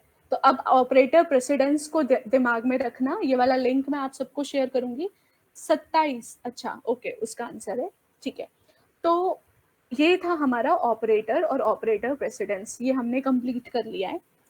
इसके बाद अब हम आते हैं हमारे कंडीशनल स्टेटमेंट्स पर, ठीक है। कंडीशनल स्टेटमेंट्स की हमें डे टू डे लाइफ में ज़रूरत पड़ती है। जैसे एक बहुत अच्छा एग्जांपल देती हूँ। जब आप किसी वेबसाइट पे लॉग इन हो, ठीक है, जब आप किसी वेबसाइट पे लॉग इन हो तब वहाँ पर आपको लॉग आउट का ऑप्शन ज़रूर दिखेगा। बट अगर आप किसी वेबसाइट पे लॉग इन ही नहीं हो तो क्या आपको लॉग आउट का ऑप्शन दिखता है। अगर आपने लॉग इन ही नहीं किया तो क्या आपको लॉग आउट दिखेगा। नहीं मैम, नहीं देखिए। No ma'am. तो ये कंडीशन है ना कि पहले चेक करो, अगर यूजर ने लॉग इन किया है तो ही लॉग आउट दिखाओ, नहीं तो लॉग आउट मत दिखाओ। ऐसा ही होता है। सिमिलरली जब आप एक वेबसाइट पे लॉग इन करते हो तभी आपको आपका नाम दिखता है ना। जैसे अगर मैं लॉग इन कर रही हूँ अमेजोन पे तभी मुझे दिखेगा हाय सबा, बट अगर मैं लॉग इन ही नहीं हूँ तो क्या मुझे मेरा नाम दिखेगा। No ma'am. नहीं। यहाँ पर आता है बेटा इफ एल्स। तो इफ एल्स हमारे प्रोग्रामिंग में बहुत एक्सटेंसिवली यूज होता है, इसको हम बोलते हैं कंडीशनल स्टेटमेंट्स। कंडीशनल स्टेटमेंट्स क्या होती हैं, जहाँ पर हम डिसीजन लेते हैं। कंडीशनल स्टेटमेंट्स मतलब जहाँ पर हम डिसीजन ले रहे हैं। अभी आप देखो बेटा, यहाँ पे मैंने कुछ इफ एल्स नहीं लगाया तो बाय डिफॉल्ट जो मेरा प्रोग्राम है वो सीक्वेंशियल चलता है। मतलब पहले ये चलेगा, फिर ये वाला पार्ट चलेगा, फिर ये वाला पार्ट चलेगा, मतलब लाइन बाय लाइन मेरा कोड एग्जीक्यूट होगा, ठीक है। मेरा code line by line execute होगा क्योंकि मैंने कोई कंडीशन ही नहीं दी है, मैंने बस मेरा कोड लिख दिया, पहली लाइन ये है, दूसरी लाइन ये है, तीसरी लाइन ये है। तो पाइथन इंटरप्रेटर क्या करेगा, पहली लाइन चलाएगा, दूसरी लाइन चलाएगा, तीसरी लाइन चलाएगा। बट मैं उसको बोलूं कि नहीं, इसको तभी चलाओ जब ये कंडीशन ट्रू हो। जैसे मैं हेलो तभी प्रिंट करूं जब आपका नाम वहां पर हो, नहीं तो मैं हेलो प्रिंट ना करूं, फॉर एग्जाम्पल, ठीक है। या फिर एक और एग्जाम्पल मैं ले सकती हूँ, जैसे अभी 12 बज रहे हैं, तो अगर मैं 12 बजे अपना कोड रन कर रही हूँ तो मुझे प्रिंट हो गुड आफ्टरनून। लेकिन अगर मैं सुबह के 9 बजे अपना कोड रन कर रही हूँ तो मुझे प्रिंट हो गुड मॉर्निंग। और अगर मैं शाम को 4 बजे अपना कोड रन कर रही हूँ तो मुझे प्रिंट हो गुड इवनिंग। ये कंडीशन हो सकती है। तो डिपेंडिंग ऑन द कंडीशन हमें ग्रीट करना होगा ना लोगों को, है ना। ऐसा तो नहीं है कि हम गुड मॉर्निंग भी प्रिंट करें, गुड नाइट भी प्रिंट करें इकट्ठे, नहीं। ये डिपेंड कर रहा है ना कि टाइम क्या हुआ है अभी, तो जो भी करंट टाइम है उसी हिसाब से आप यूजर को ग्रीट करोगे। आया समझ में। तो इस तरीके का जब भी हम कोड लिखेंगे तो उसको हम बोलेंगे कंडीशनल स्टेटमेंट्स। तो जहाँ जो कंडीशनल स्टेटमेंट्स हैं वो कितने तरह से हम लिख सकते हैं, तो उसको मैं बताती हूँ। तो हम एक नई फाइल बना रहे हैं यहाँ पे। मैम वो इफ से स्टार्ट होगी क्या फिर वो, अगर कंडीशनल है तो? हाँ बेटा, इफ को लिखने के भी 4 तरीके हैं, ठीक है, तो मैं उसका भी आपको बता रही हूँ कि इफ को भी हम 4 तरीके से लिख सकते हैं। तो कंडीशनल स्टेटमेंट्स क्या होती हैं? Conditional statements are those statements that can be executed only when the expression is true. जब भी एक्सप्रेशन या कंडीशन ट्रू है तो ही हमारा कोड जो है वो रन करेगा, अदरवाइज कोड रन नहीं करेगा, ठीक है। अब यहाँ पे कितनी तरह से हम लिख सकते हैं? पहला होता है इफ, ठीक है, दूसरा होता है इफ एल्स, ठीक है, तीसरा होता है इफ एल्स लैडर, तीसरा होता है इफ एल्स लैडर, चौथा होता है नेस्टेड इफ, और हमारे पास एक और कंडीशन होती है मैच केस, ठीक है। ये 5 तरह से हम कंडीशनल स्टेटमेंट्स अप्लाई कर सकते हैं। इफ खाली इफ से भी हो सकता है, फिर इफ एल्स से हो सकता है, फिर इफ एल्स लैडर यानी मल्टीपल इफ एल्स, फिर नेस्टेड इफ, फिर मैच केस, ठीक है। ये 5 तरीकों से हम इम्प्लीमेंट कर सकते हैं कंडीशनल स्टेटमेंट्स अपने प्रोग्राम के अंदर, ठीक है। तो अब हम देखते हैं, देखो एक सिंपल एग्जांपल से मैं आपको सारी चीज एक्सप्लेन कर दूंगी, ठीक है। पहला है हमारा इफ, ठीक है। तो इफ में क्या होता है? Returns true if expression is true, ठीक है। Executes if block only when expression is true. देखो बेटा, खाली इफ के ही ना बहुत सारे वेरिएशन होते हैं, तो आज की क्लास में हम सिर्फ इफ पढ़ेंगे। आप लोगों ने बस ऐसे सिंपल सा, अगर कोई इफ भी अगर आपने पहले पढ़ा होगा तो आपने सिंपल पढ़ा होगा कि अगर ऐसी कंडीशन है तो चल जाएगा, नहीं तो नहीं चलेगा। बट हम इफ में बहुत सारी चीजें और पढ़ सकते हैं, तो उसके बारे में हम सीखेंगे। सबसे पहले देखो, मैंने यहाँ पर लिखा इफ, ठीक है। मैं एक काम करती हूँ, मुझे ये जानना है कि मेरा कोई नंबर पॉजिटिव है कि नहीं, ठीक है। तो मैं बोल रही हूँ प्रोग्राम टू चेक, या मैं नेगेटिव नंबर देखती हूँ, program to check whether a number is negative और नॉट। मतलब मैं कोई भी नंबर अगर एंटर करूँ और वो नेगेटिव है तो मुझे बता दे कि मेरा नंबर नेगेटिव है। सिंपल ये क्वेश्चन है, ठीक है। तो मैंने यहाँ पर बोला प्रिंट एंटर अ नंबर, ठीक है, और यहाँ पे मैंने इस नंबर को इनपुट ले लिया, इनपुट, ठीक है। अब मैं यहाँ पे बोल रही हूँ अगर मेरा नंबर 0 से छोटा है ना, तभी तो वो नेगेटिव नंबर होते हैं। नेगेटिव नंबर कौन से होते हैं? जो 0 से लेस हो, एग्जैक्टली यही होगा ना। तो जो 0 से कम है वही तो सारे नेगेटिव नंबर्स होंगे। तो मैंने यहाँ पे बोला कि अगर मेरा जो नंबर है वो 0 से छोटा है, ठीक है, तब प्रिंट कर दो entered number is negative.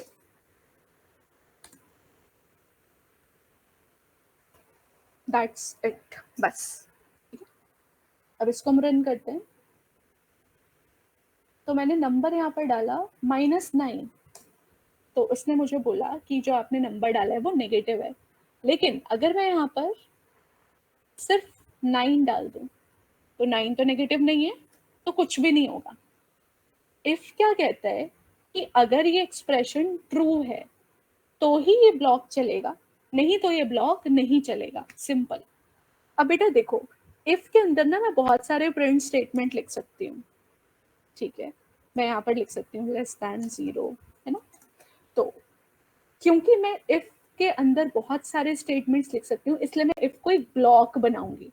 Python में ब्लॉक बनाने का तरीका होता है, आप पहले लिखो ब्लॉक, उसके बाद आप कोलन लगाओ। जैसे आप कोलन के बाद एंटर करोगे तो आपको 4 स्पेस मिल जाएंगे, ठीक है। तो इसका मतलब ये जो 2 प्रिंट हैं ये तभी चलेंगे जब ये इफ ट्रू होगा, आया समझ में? ये दोनों प्रिंट तभी चलेंगे, ये दोनों प्रिंट डिपेंड करते हैं इस इफ पे। अगर ये इफ ट्रू है तो ही ये दोनों चलेंगे, अगर ये इफ फॉल्स है तो ये दोनों ही प्रिंट नहीं चलेंगे। आया समझ में? जैसे कि मैंने यहाँ पर एक नंबर डाला 6, कुछ नहीं चला, क्योंकि इफ के अंदर की जो स्टेटमेंट्स हैं वो क्यों नहीं चली? क्योंकि फॉल्स हो गया। क्या 6 लेस है 0 से? नहीं, फॉल्स हो गया, तो कोई भी स्टेटमेंट प्रिंट नहीं हुई। मुझे बताओ, ये समझ में आया सबको? अगर इफ ट्रू दे रहा है तो ही इफ के अंदर का पोर्शन चलेगा, अगर इफ Yes, में ma'am. फॉल्स है तो कुछ भी नहीं चलेगा। यहाँ पे अभी मैंने एल्स वेल्स नहीं लगाया, अभी मैं सिंपल इफ का इस्तेमाल कर रही हूँ, ठीक है? अच्छा, अब बेटा अगर ऐसा हो कि मैं यहाँ पर लिखूं इफ ट्रू, ठीक है, मैंने यहाँ पर लिखा इफ ट्रू, आप बोलोगे मैम आपने सीधा ट्रू लिख दिया। ये क्वेश्चन ऐसे ना कंफ्यूज करने के लिए इंटरव्यू मैम में एक बार दोबारा बता दो। कौन सा, पुराना वाला, पहले वाला? हाँ, ये इफ वाला ही। ये वाला? अच्छा, देखो बेटा, अगर आपने नंबर डाला -9, क्या -9 0 से छोटा है? हाँ, छोटा है माइनस में। तो ये ट्रू है, तो मतलब ये ट्रू हुआ। हाँ हाँ। तो जब इफ को ट्रू मिल जाएगा तो उसके अंदर जो भी लिखा होगा वो प्रिंट हो जाएगा। जैसे मैंने यहाँ लिखा -6, तो इफ ट्रू हो गया तो उसके अंदर मैंने जो भी लिखा वो सब प्रिंट हो जाएगा, मतलब उसके अंदर जो भी लिखोगे वो चीजें रन हो जाएंगी, ठीक है? लेकिन अगर ये फॉल्स हो गया, ठीक है, मैंने यहाँ पर लिख दिया 90, क्या हाँ। 90 छोटा है 0 से? नहीं, फॉल्स हो बड़ा है। गया, तो हाँ। कुछ नहीं होगा। देख रहे हो, कुछ प्रिंट नहीं। ओ, क्योंकि हमने उसके आगे एक स्टेटमेंट भी नहीं डाली। कहाँ पे एल्स। होगा? हाँ हाँ, अभी हम खाली इफ की बात करें, अभी हम एल्स को भूल गए, ठीक है? पहले हम इफ को ही अच्छे से समझते हैं कि इफ में हम और क्या क्या वेरिएशन कर सकते हैं। ये समझ में आया? जी मैम, आ गया। ठीक है, चलो अब मैं एक काम करती हूँ, मैं ऐसे लिखती हूँ इफ ट्रू, ठीक है, और मैंने यहाँ पर लिख दिया प्रिंट हेलो, प्रिंट है, ठीक है? अब क्योंकि मैंने, आप बोलोगे मैम इफ ट्रू का मतलब क्या है, यहाँ तो मैंने कुछ बताया ही नहीं। तो इफ को जब भी ट्रू मिलता है, ठीक है, इफ को जब भी ट्रू मिलता है तो इफ हमेशा रन करता है। तो अगर मैं इसको रन करूंगी, क्योंकि इफ में मेरे को पहले से ट्रू मिल गया, मैंने खुद लिख दिया ट्रू। ऐसे क्वेश्चंस आपको कहाँ मिलेंगे? जब मैं यहाँ पे जानबूझ के मैं इफ को ट्रू करना चाह रही हूँ, मैं चाह रही हूँ जबरदस्ती मेरा इफ चले, तो मैंने इफ में ट्रू डाल दिया। इफ को जब भी ट्रू मिलता है, इफ हमेशा चलता है, तो इसका आउटपुट क्या आएगा? इसका आउटपुट आएगा हेलो और हे, ठीक है? बट अगर मैंने यहाँ ऐसे लिख दिया, अब क्या आउटपुट आएगा? मैंने इफ में लिख दिया फॉल्स, अब क्या आएगा? कोई आउटपुट नहीं आएगा। हाँ, कोई आउटपुट नहीं आएगा, ठीक है? इफ फॉल्स में कोई आउटपुट नहीं आएगा। क्यों? क्योंकि फॉल्स पे इफ चलता ही नहीं है, तो ये सब यूजलेस है स्टेटमेंट, ठीक है? क्योंकि फॉल्स पे इफ वर्क ही नहीं करता, तो इसलिए ये सारी स्टेटमेंट्स जो है वो कभी एग्जीक्यूट ही नहीं होंगी, ठीक है? इसके अलावा अगर मैंने यहाँ लिखा इफ 2 + 3, इसका क्या मतलब हुआ? आप बोलोगे मैम ये लिख क्या रहे हो? बेटा मैं लिख इसलिए रही हूँ ये सब फालतू का, क्योंकि ऐसे इंटरव्यू में पूछा जाता है ट्रिक करके आप लोगों को, ठीक है? तो जरूरी नहीं कि आपको सीधा सीधा पूछ लें, वो आपको घुमा के भी पूछ सकते हैं। तो अगर आप बोल दोगे कि इफ 2 + 3 प्रिंट हेलो है, ये तो एरर है, तो यहाँ पे आप फंस जाओगे। ये एरर नहीं है, ठीक है? ये एरर नहीं है। इसका आउटपुट क्या आएगा? कोई मैम बता ट्रू सकता है आप में मतलब से? हेलो और हे दोनों आएगा मैम, क्योंकि ट्रू कंडीशन हो जाएगी ना। हाँ, अब ट्रू कैसे होगी कंडीशन, ये एक्सप्लेन करो। मैम ट्रू कैसे हो रहा है? क्योंकि वो 0 नहीं है, अगर वो 0 होता तो फॉल्स हो जाता वो। बिल्कुल ठीक, देखो यहाँ पे तो ये इवैल्यूएट होगा पहले। What is 2 + 3? 5। क्या 5 ट्रू है या 5 फॉल्स है? हमने पढ़ा था। सिर्फ 0 का मतलब फॉल्स होता है, बाकी कोई भी नंबर है उसका मतलब क्या होगा, ट्रू। तो यहाँ पे 5 का इक्विवेलेंट क्या हो जाएगा, ये बन जाएगा 5, और 5 का मतलब क्या होता है, ट्रू। तो इसलिए इसका आउटपुट क्या आएगा, हेलो और हे। ठीक है, बट अब मैं यहाँ पर ऐसे लिख दूं, इफ 2 - 2, अब क्या आउटपुट आएगा, फॉल्स मैम, फॉल्स आएगा, मतलब कुछ भी नहीं आएगा, कुछ आउटपुट भी नहीं प्रिंट आएगा। नहीं होगा। हाँ, ये इनमें किसी को कोई डाउट है कि मैं इफ में जरूरी नहीं कि मैं कुछ कंडीशन ही लिखूं, हम 2 मैं - 2 कुछ भी फॉल्स हो डाल गया ना, सकती हूँ। क्योंकि इस वजह से ना। हाँ, 2 - 2 0 हो गया है ना, 0 हाँ, और यानी कि 0 फॉल्स इन हो गया। फॉल्स। हाँ, हाँ, तो इसलिए वो नहीं चलेगा। तो ये समझ में आया, कभी भी इफ में जरूरी नहीं कि आपको कंडीशन गिवन हो, अगर आपको ऐसे भी गिवन है इस तरीके से, तो आप देख लेना, अगर उसका आउटपुट 0 आ रहा है तो वो नहीं चलेगा, और अगर उसका आउटपुट 0 के अलावा कुछ और आ रहा है तो वो रन कर जाएगा। आया समझ में, ये था हमारा इफ। ठीक है, अब मेरे को बताओ कितने स्टूडेंट्स हैं जो अभी, जिनको अभी इश्यू हो रहा है, इलेक्ट्रिसिटी नहीं है या नेट नहीं है, हैंड रेज करो। ओके, अमित, 2 बच्चे, 3, बस 3 ही बच्चों को प्रॉब्लम हो रही है। यहाँ पे 10 बच्चे बैठे हैं हमारे साथ। अच्छा, चलो ठीक है बेटा, कोई दिक्कत नहीं है। फिर तो हम एक काम करते हैं, फिर आप लोग लीव कर दो जिनको इश्यू हो रहा है, और हम तब तक हम इसके ही कुछ क्वेश्चन सॉल्व कर लेते हैं। ठीक है, तो जो बच्चे लीव करना चाहते हैं, जिनको दिक्कत हो रही है, इलेक्ट्रिसिटी इशू है, नेट इशू है, वो लीव कर सकते हो क्लास, क्योंकि अभी मैं कुछ नया नहीं पढ़ा रही, हम कुछ प्रॉब्लम्स ही हैं उनको डिस्कस कर रहे हैं। ठीक है मैम जो होमवर्क था वो तो आपने देखा ही नहीं। बेटा, मुझे ना कुछ बच्चों ने होमवर्क मुझे भेजा है तो उनका मैंने चेक कर लिया है, बट जिन्होंने बाकी मुझे भेज मैम देना, मैंने ना ग्रुप में 5 शेयर कर क्वेश्चन कर देना। लिए थे, 5 रह हाँ, गए थे मतलब। तो आप लोग शेयर कर देना बेटा, ग्रुप में कर दोगे तो मेरे लिए ज़्यादा इजी रहेगा, क्योंकि फिर मुझे एक ही जगह सबके सॉल्यूशंस मिल जाएंगे। मैम मतलब बाकी कॉपी पेस्ट करूँ पूरा कोड? कॉपी पेस्ट कर, अगर आप रेपलेट यूज़ करो तो आप लिंक भेज दो, और नहीं तो आप फाइल होती है ना पाइथन की फाइल, वो फाइल आप शेयर कर देना, जैसे मैं फाइल्स शेयर करती हूँ उस तरीके से। Okay okay. हम जो आपने पढ़ा था वो फाइल सेंड करता था। क्या चीज़? मैम एक डाउट था मेरा कि हाँ हाँ हाँ, अगर पूछो पूछो। जो क्वेश्चंस वाला, वो जिसमें रोल नंबर और ये सब प्रिंट करना था ना मैम, डिटेल्स हाँ वाला, हाँ, तो उसमें अगर वेरिएबल्स को हम लोग जैसे एक बार डिस्प्ले कर रहे हैं तो बार बार इनपुट डालेंगे तो भी मैम वो एक बार ही दिखा रहा है, तो उसको डायनेमिक कैसे बनाना पड़ेगा ताकि जितने बार भी इनपुट डालें तो वो हर बच्चे का रिकॉर्ड वो ले ले मैम। बेटा मेरे को ना एक बार दोबारा से क्वेश्चन एक्सप्लेन करो। मतलब आप ये कह रहे हो कि अगर आप 10 स्टूडेंट्स का डेटा डाल रहे हो तो आपको 10 बार रन करना पड़ रहा है, ऐसा बोल रहे हो? इसमें मतलब वो 10 बार वेरिएबल को स्टोर करना पड़ेगा, हर वेरिएबल को डिफरेंट स्टोर। एग्जैक्टली तो बेटा हम आगे पढ़ेंगे ना, लिस्ट, सेट, टपल, वो इसीलिए एक वेरिएबल एक डेटा स्टोर करता है।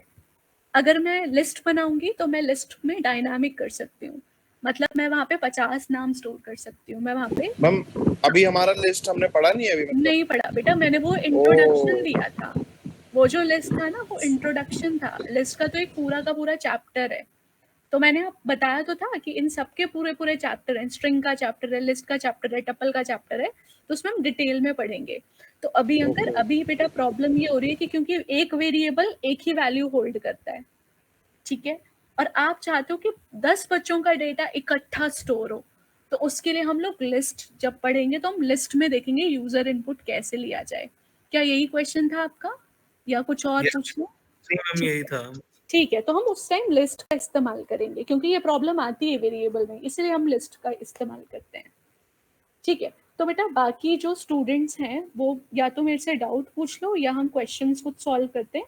अभी आज का टॉपिक हम यहीं पे वाइंड अप कर रहे हैं, तो जिन बच्चों को इशू हो रहा है वो लोग लीव कर सकते हो। ठीक है, तो मैं अभी कुछ नया नहीं पढ़ा रही, मैं बस प्रॉब्लम्स डाउट्स ले लेती हूँ, या हमें कुछ क्वेश्चन सॉल्व करने हैं तो हम वो कर सकते हैं। ठीक है, ओके। और आप में से होमवर्क का किसी को डाउट है या कर लोगे वो? हाँ, आपने कोई होमवर्क भी दिया है? नहीं, उसी दिन दिया था ना बेटा 10 क्वेश्चंस। अरे वो तो हो गया ना। हाँ, उसी की बात कर रही हूँ अभी।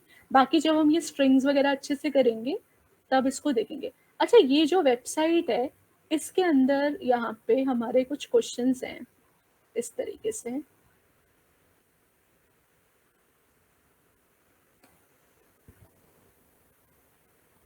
इसमें इफ और इफ के साथ एल्स भी है। तो बेसिकली अगर इफ नहीं चलता तो एल्स चल जाता है, ठीक है। तो चलो ये वाला क्वेश्चन है ना, मैं इसको टाइप कर रही हूँ, ठीक है। और ये जो लिंक है ना ये मैं चैट पे डाल देती हूँ। आप मेरे को इसको सॉल्व करके बताओ इसका आंसर क्या आएगा। मतलब पहले डबल इक्वल सॉल्व होगा, या पहले और सॉल्व होगा, या पहले एंड सॉल्व होगा, ठीक है। सॉल्व करो इसको। मैं ये जो ऑपरेटर प्रेसिडेंस वाली वेबसाइट है इसका लिंक मैं आपको चैट पे सेव कर रही हूँ, ठीक है, डाल रही हूँ, ठीक है। तो ये देखो, ये चार्ट देखो, ऑपरेटर प्रेसिडेंस देखो, कौन सा पहले सॉल्व होगा कौन सा बाद में, और इस कोड का आउटपुट बताओ क्या आएगा, ठीक है। जिनका सॉल्व हो जाए वो लिख देना क्या आउटपुट आएगा।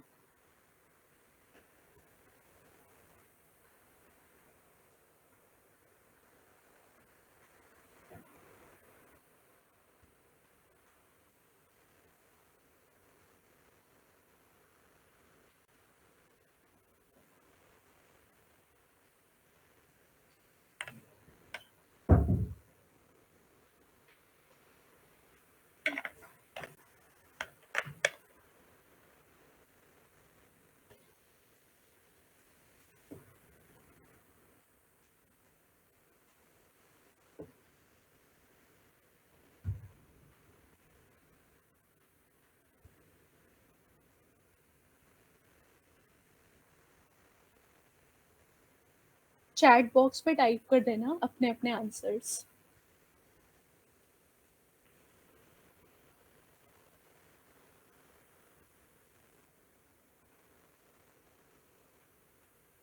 ओके,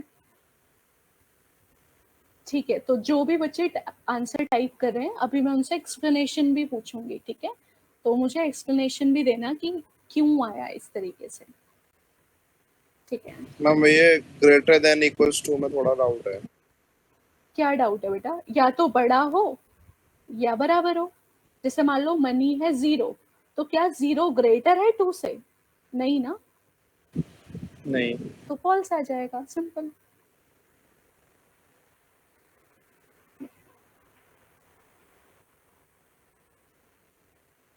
ओके, अभी अभी अंकल ने सॉल्व कर लिया है, बाकी सब भी सॉल्व करके बताओ क्या आउटपुट आएगा। कैसे सॉल्व करोगे? प्रायोरिटी के हिसाब से, पहले इक्वल चलेगा कि पहले एंड चलेगा कि और चलेगा कि ग्रेटर देन चलेगा, ये देख के सॉल्व करो।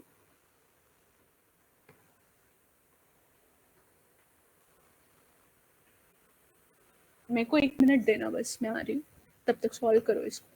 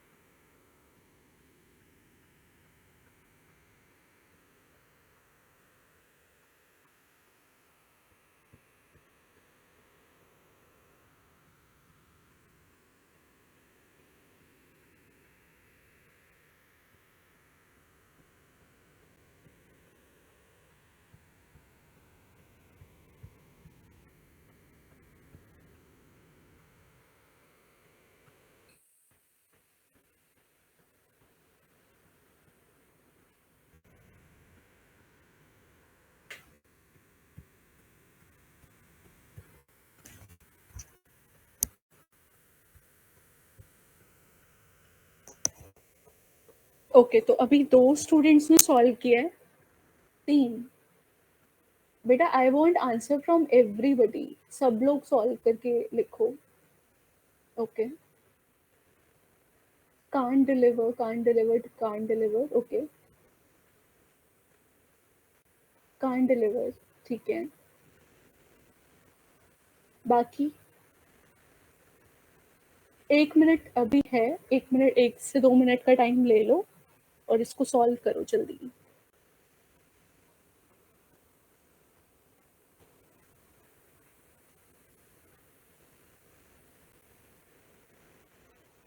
ओके, can't deliver,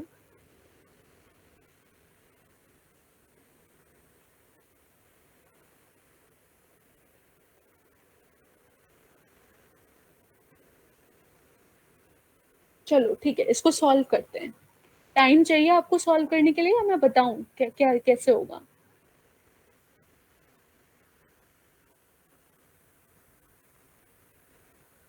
सार्थक, आपका क्या आंसर आया है? और बाकी स्टूडेंट्स जिन्होंने नहीं डाला है, प्लीज अपना आंसर बताओ। लंच बीइंग डिलीवर्ड ही होगा। ओके, अभी हम देखते हैं, ठीक है, क्या इसका आउटपुट आएगा। ओमकार, आपका क्या आंसर आ रहा है?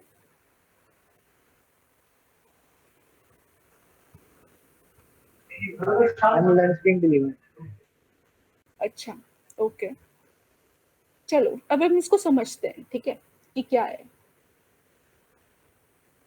तो अगर मैं इसको रन करूं, लंच बीइंग डिलीवर्ड आ रहा है, इसका मतलब क्या हुआ कि इफ जो है वो ट्रू आउटपुट दे रहा है, ना कि फॉल्स।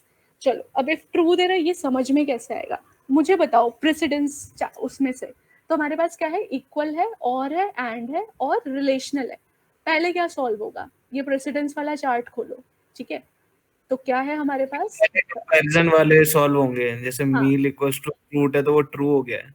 हाँ, देखो बेटा, पहले ये है ना रिलेशनल वाले, है ना। देखो पहले इनकी प्रायोरिटी है और उसके बाद किसकी प्रायोरिटी है, एंड और नॉट की, है ना।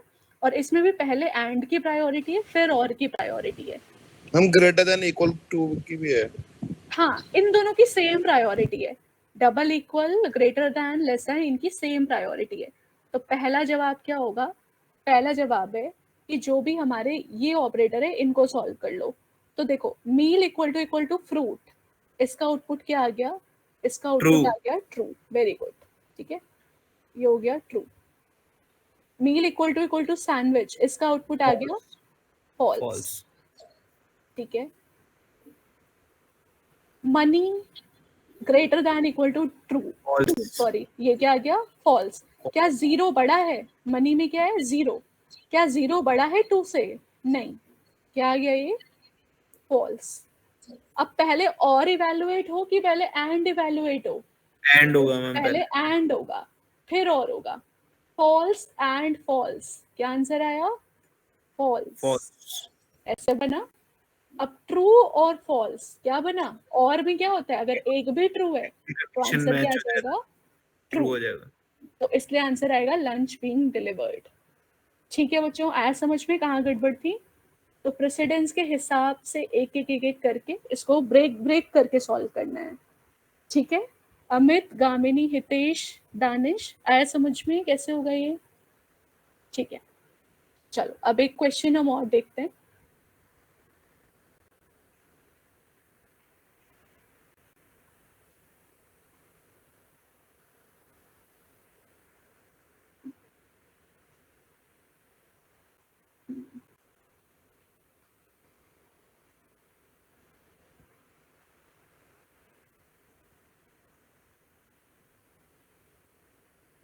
मैं इसमें थोड़ा वेरिएशन लेकर आती हूँ। मैम, हाँ मेरी बोलो। बैटरी एक्चुअली में 5% बची है, मैं लीव कर सकता हूँ क्लास? हाँ हाँ हाँ, आप लीव कर दो, ठीक है, मैं भी बस 5 मिनट में खत्म कर रही हूँ। Thank you. ठीक है बेटा, अब मैं इसमें एक क्वेश्चन और इसमें देख रही हूँ, ठीक है। तो मैंने यहाँ पर ये पहले डाल दिया,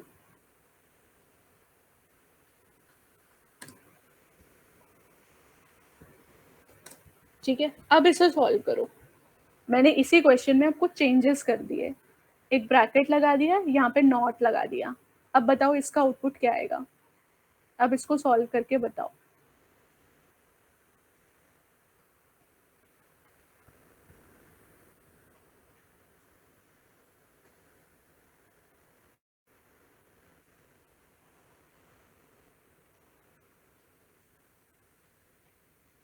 तो यहाँ पे एक और लिख देती हूँ।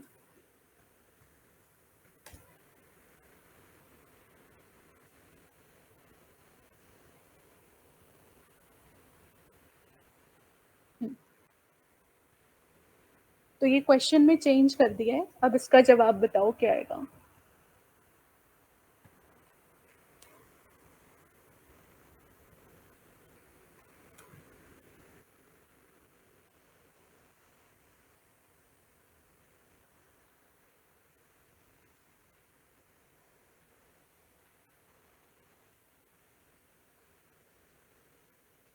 ओके दानिश, ठीक है।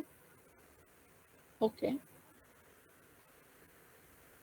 सब लोग सॉल्व करके बताओ।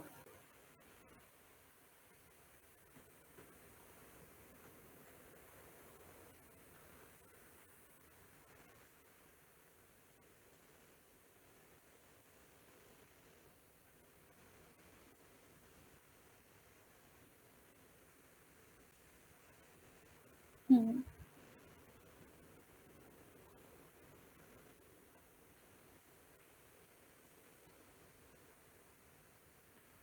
ठीक है। तो आई होप आपको समझ में आ गया होगा प्रेसिडेंस को किस तरीके से इस्तेमाल करना है। ठीक है, तो स्टूडेंट्स बाकी के एक्सरसाइज हम नेक्स्ट क्लास में करेंगे। Lunch being delivered, yes. तो लास्ट क्लास, अगली क्लास में हम लोग क्या सीखेंगे? पहले तो हमारा एक बिटवाइज ऑपरेटर रह गया है जिसमें कैलकुलेशन की नीड है। तो जो बच्चे इंस्टीट्यूट में आ रहे हो प्लीज़ कॉपी वगैरह लेकर आना अपने साथ, क्योंकि बहुत सारी कैलकुलेशन की ज़रूरत हमें पड़ेगी। तो कल हम लोग बिटवाइज करेंगे। और ये जो कंडीशनल स्टेटमेंट्स हैं, तो आज हमने सिर्फ इफ़ किया है, तो अब हम अगले क्लास में if else ladder, match case ये कवर करेंगे। और इसके अलावा हम लोग रेंज फंक्शन सीखेंगे कि पाइथन में रेंज फंक्शन क्या होता है और हम रेंज फंक्शन का इस्तेमाल कैसे करते हैं। ठीक है, तो ये सब हम लोग कल की क्लास में सीखेंगे। बाकी जिन्होंने होमवर्क नहीं किया वो प्लीज़ होमवर्क कर लेना। और ये जो फाइल है ये मैं सेंड कर दूंगी, तो इसकी प्रैक्टिस कर लेना। ठीक है, कोई डाउट है तो चैट पे पूछ लो, otherwise you can leave students. Okay, bye. Bye ma'am.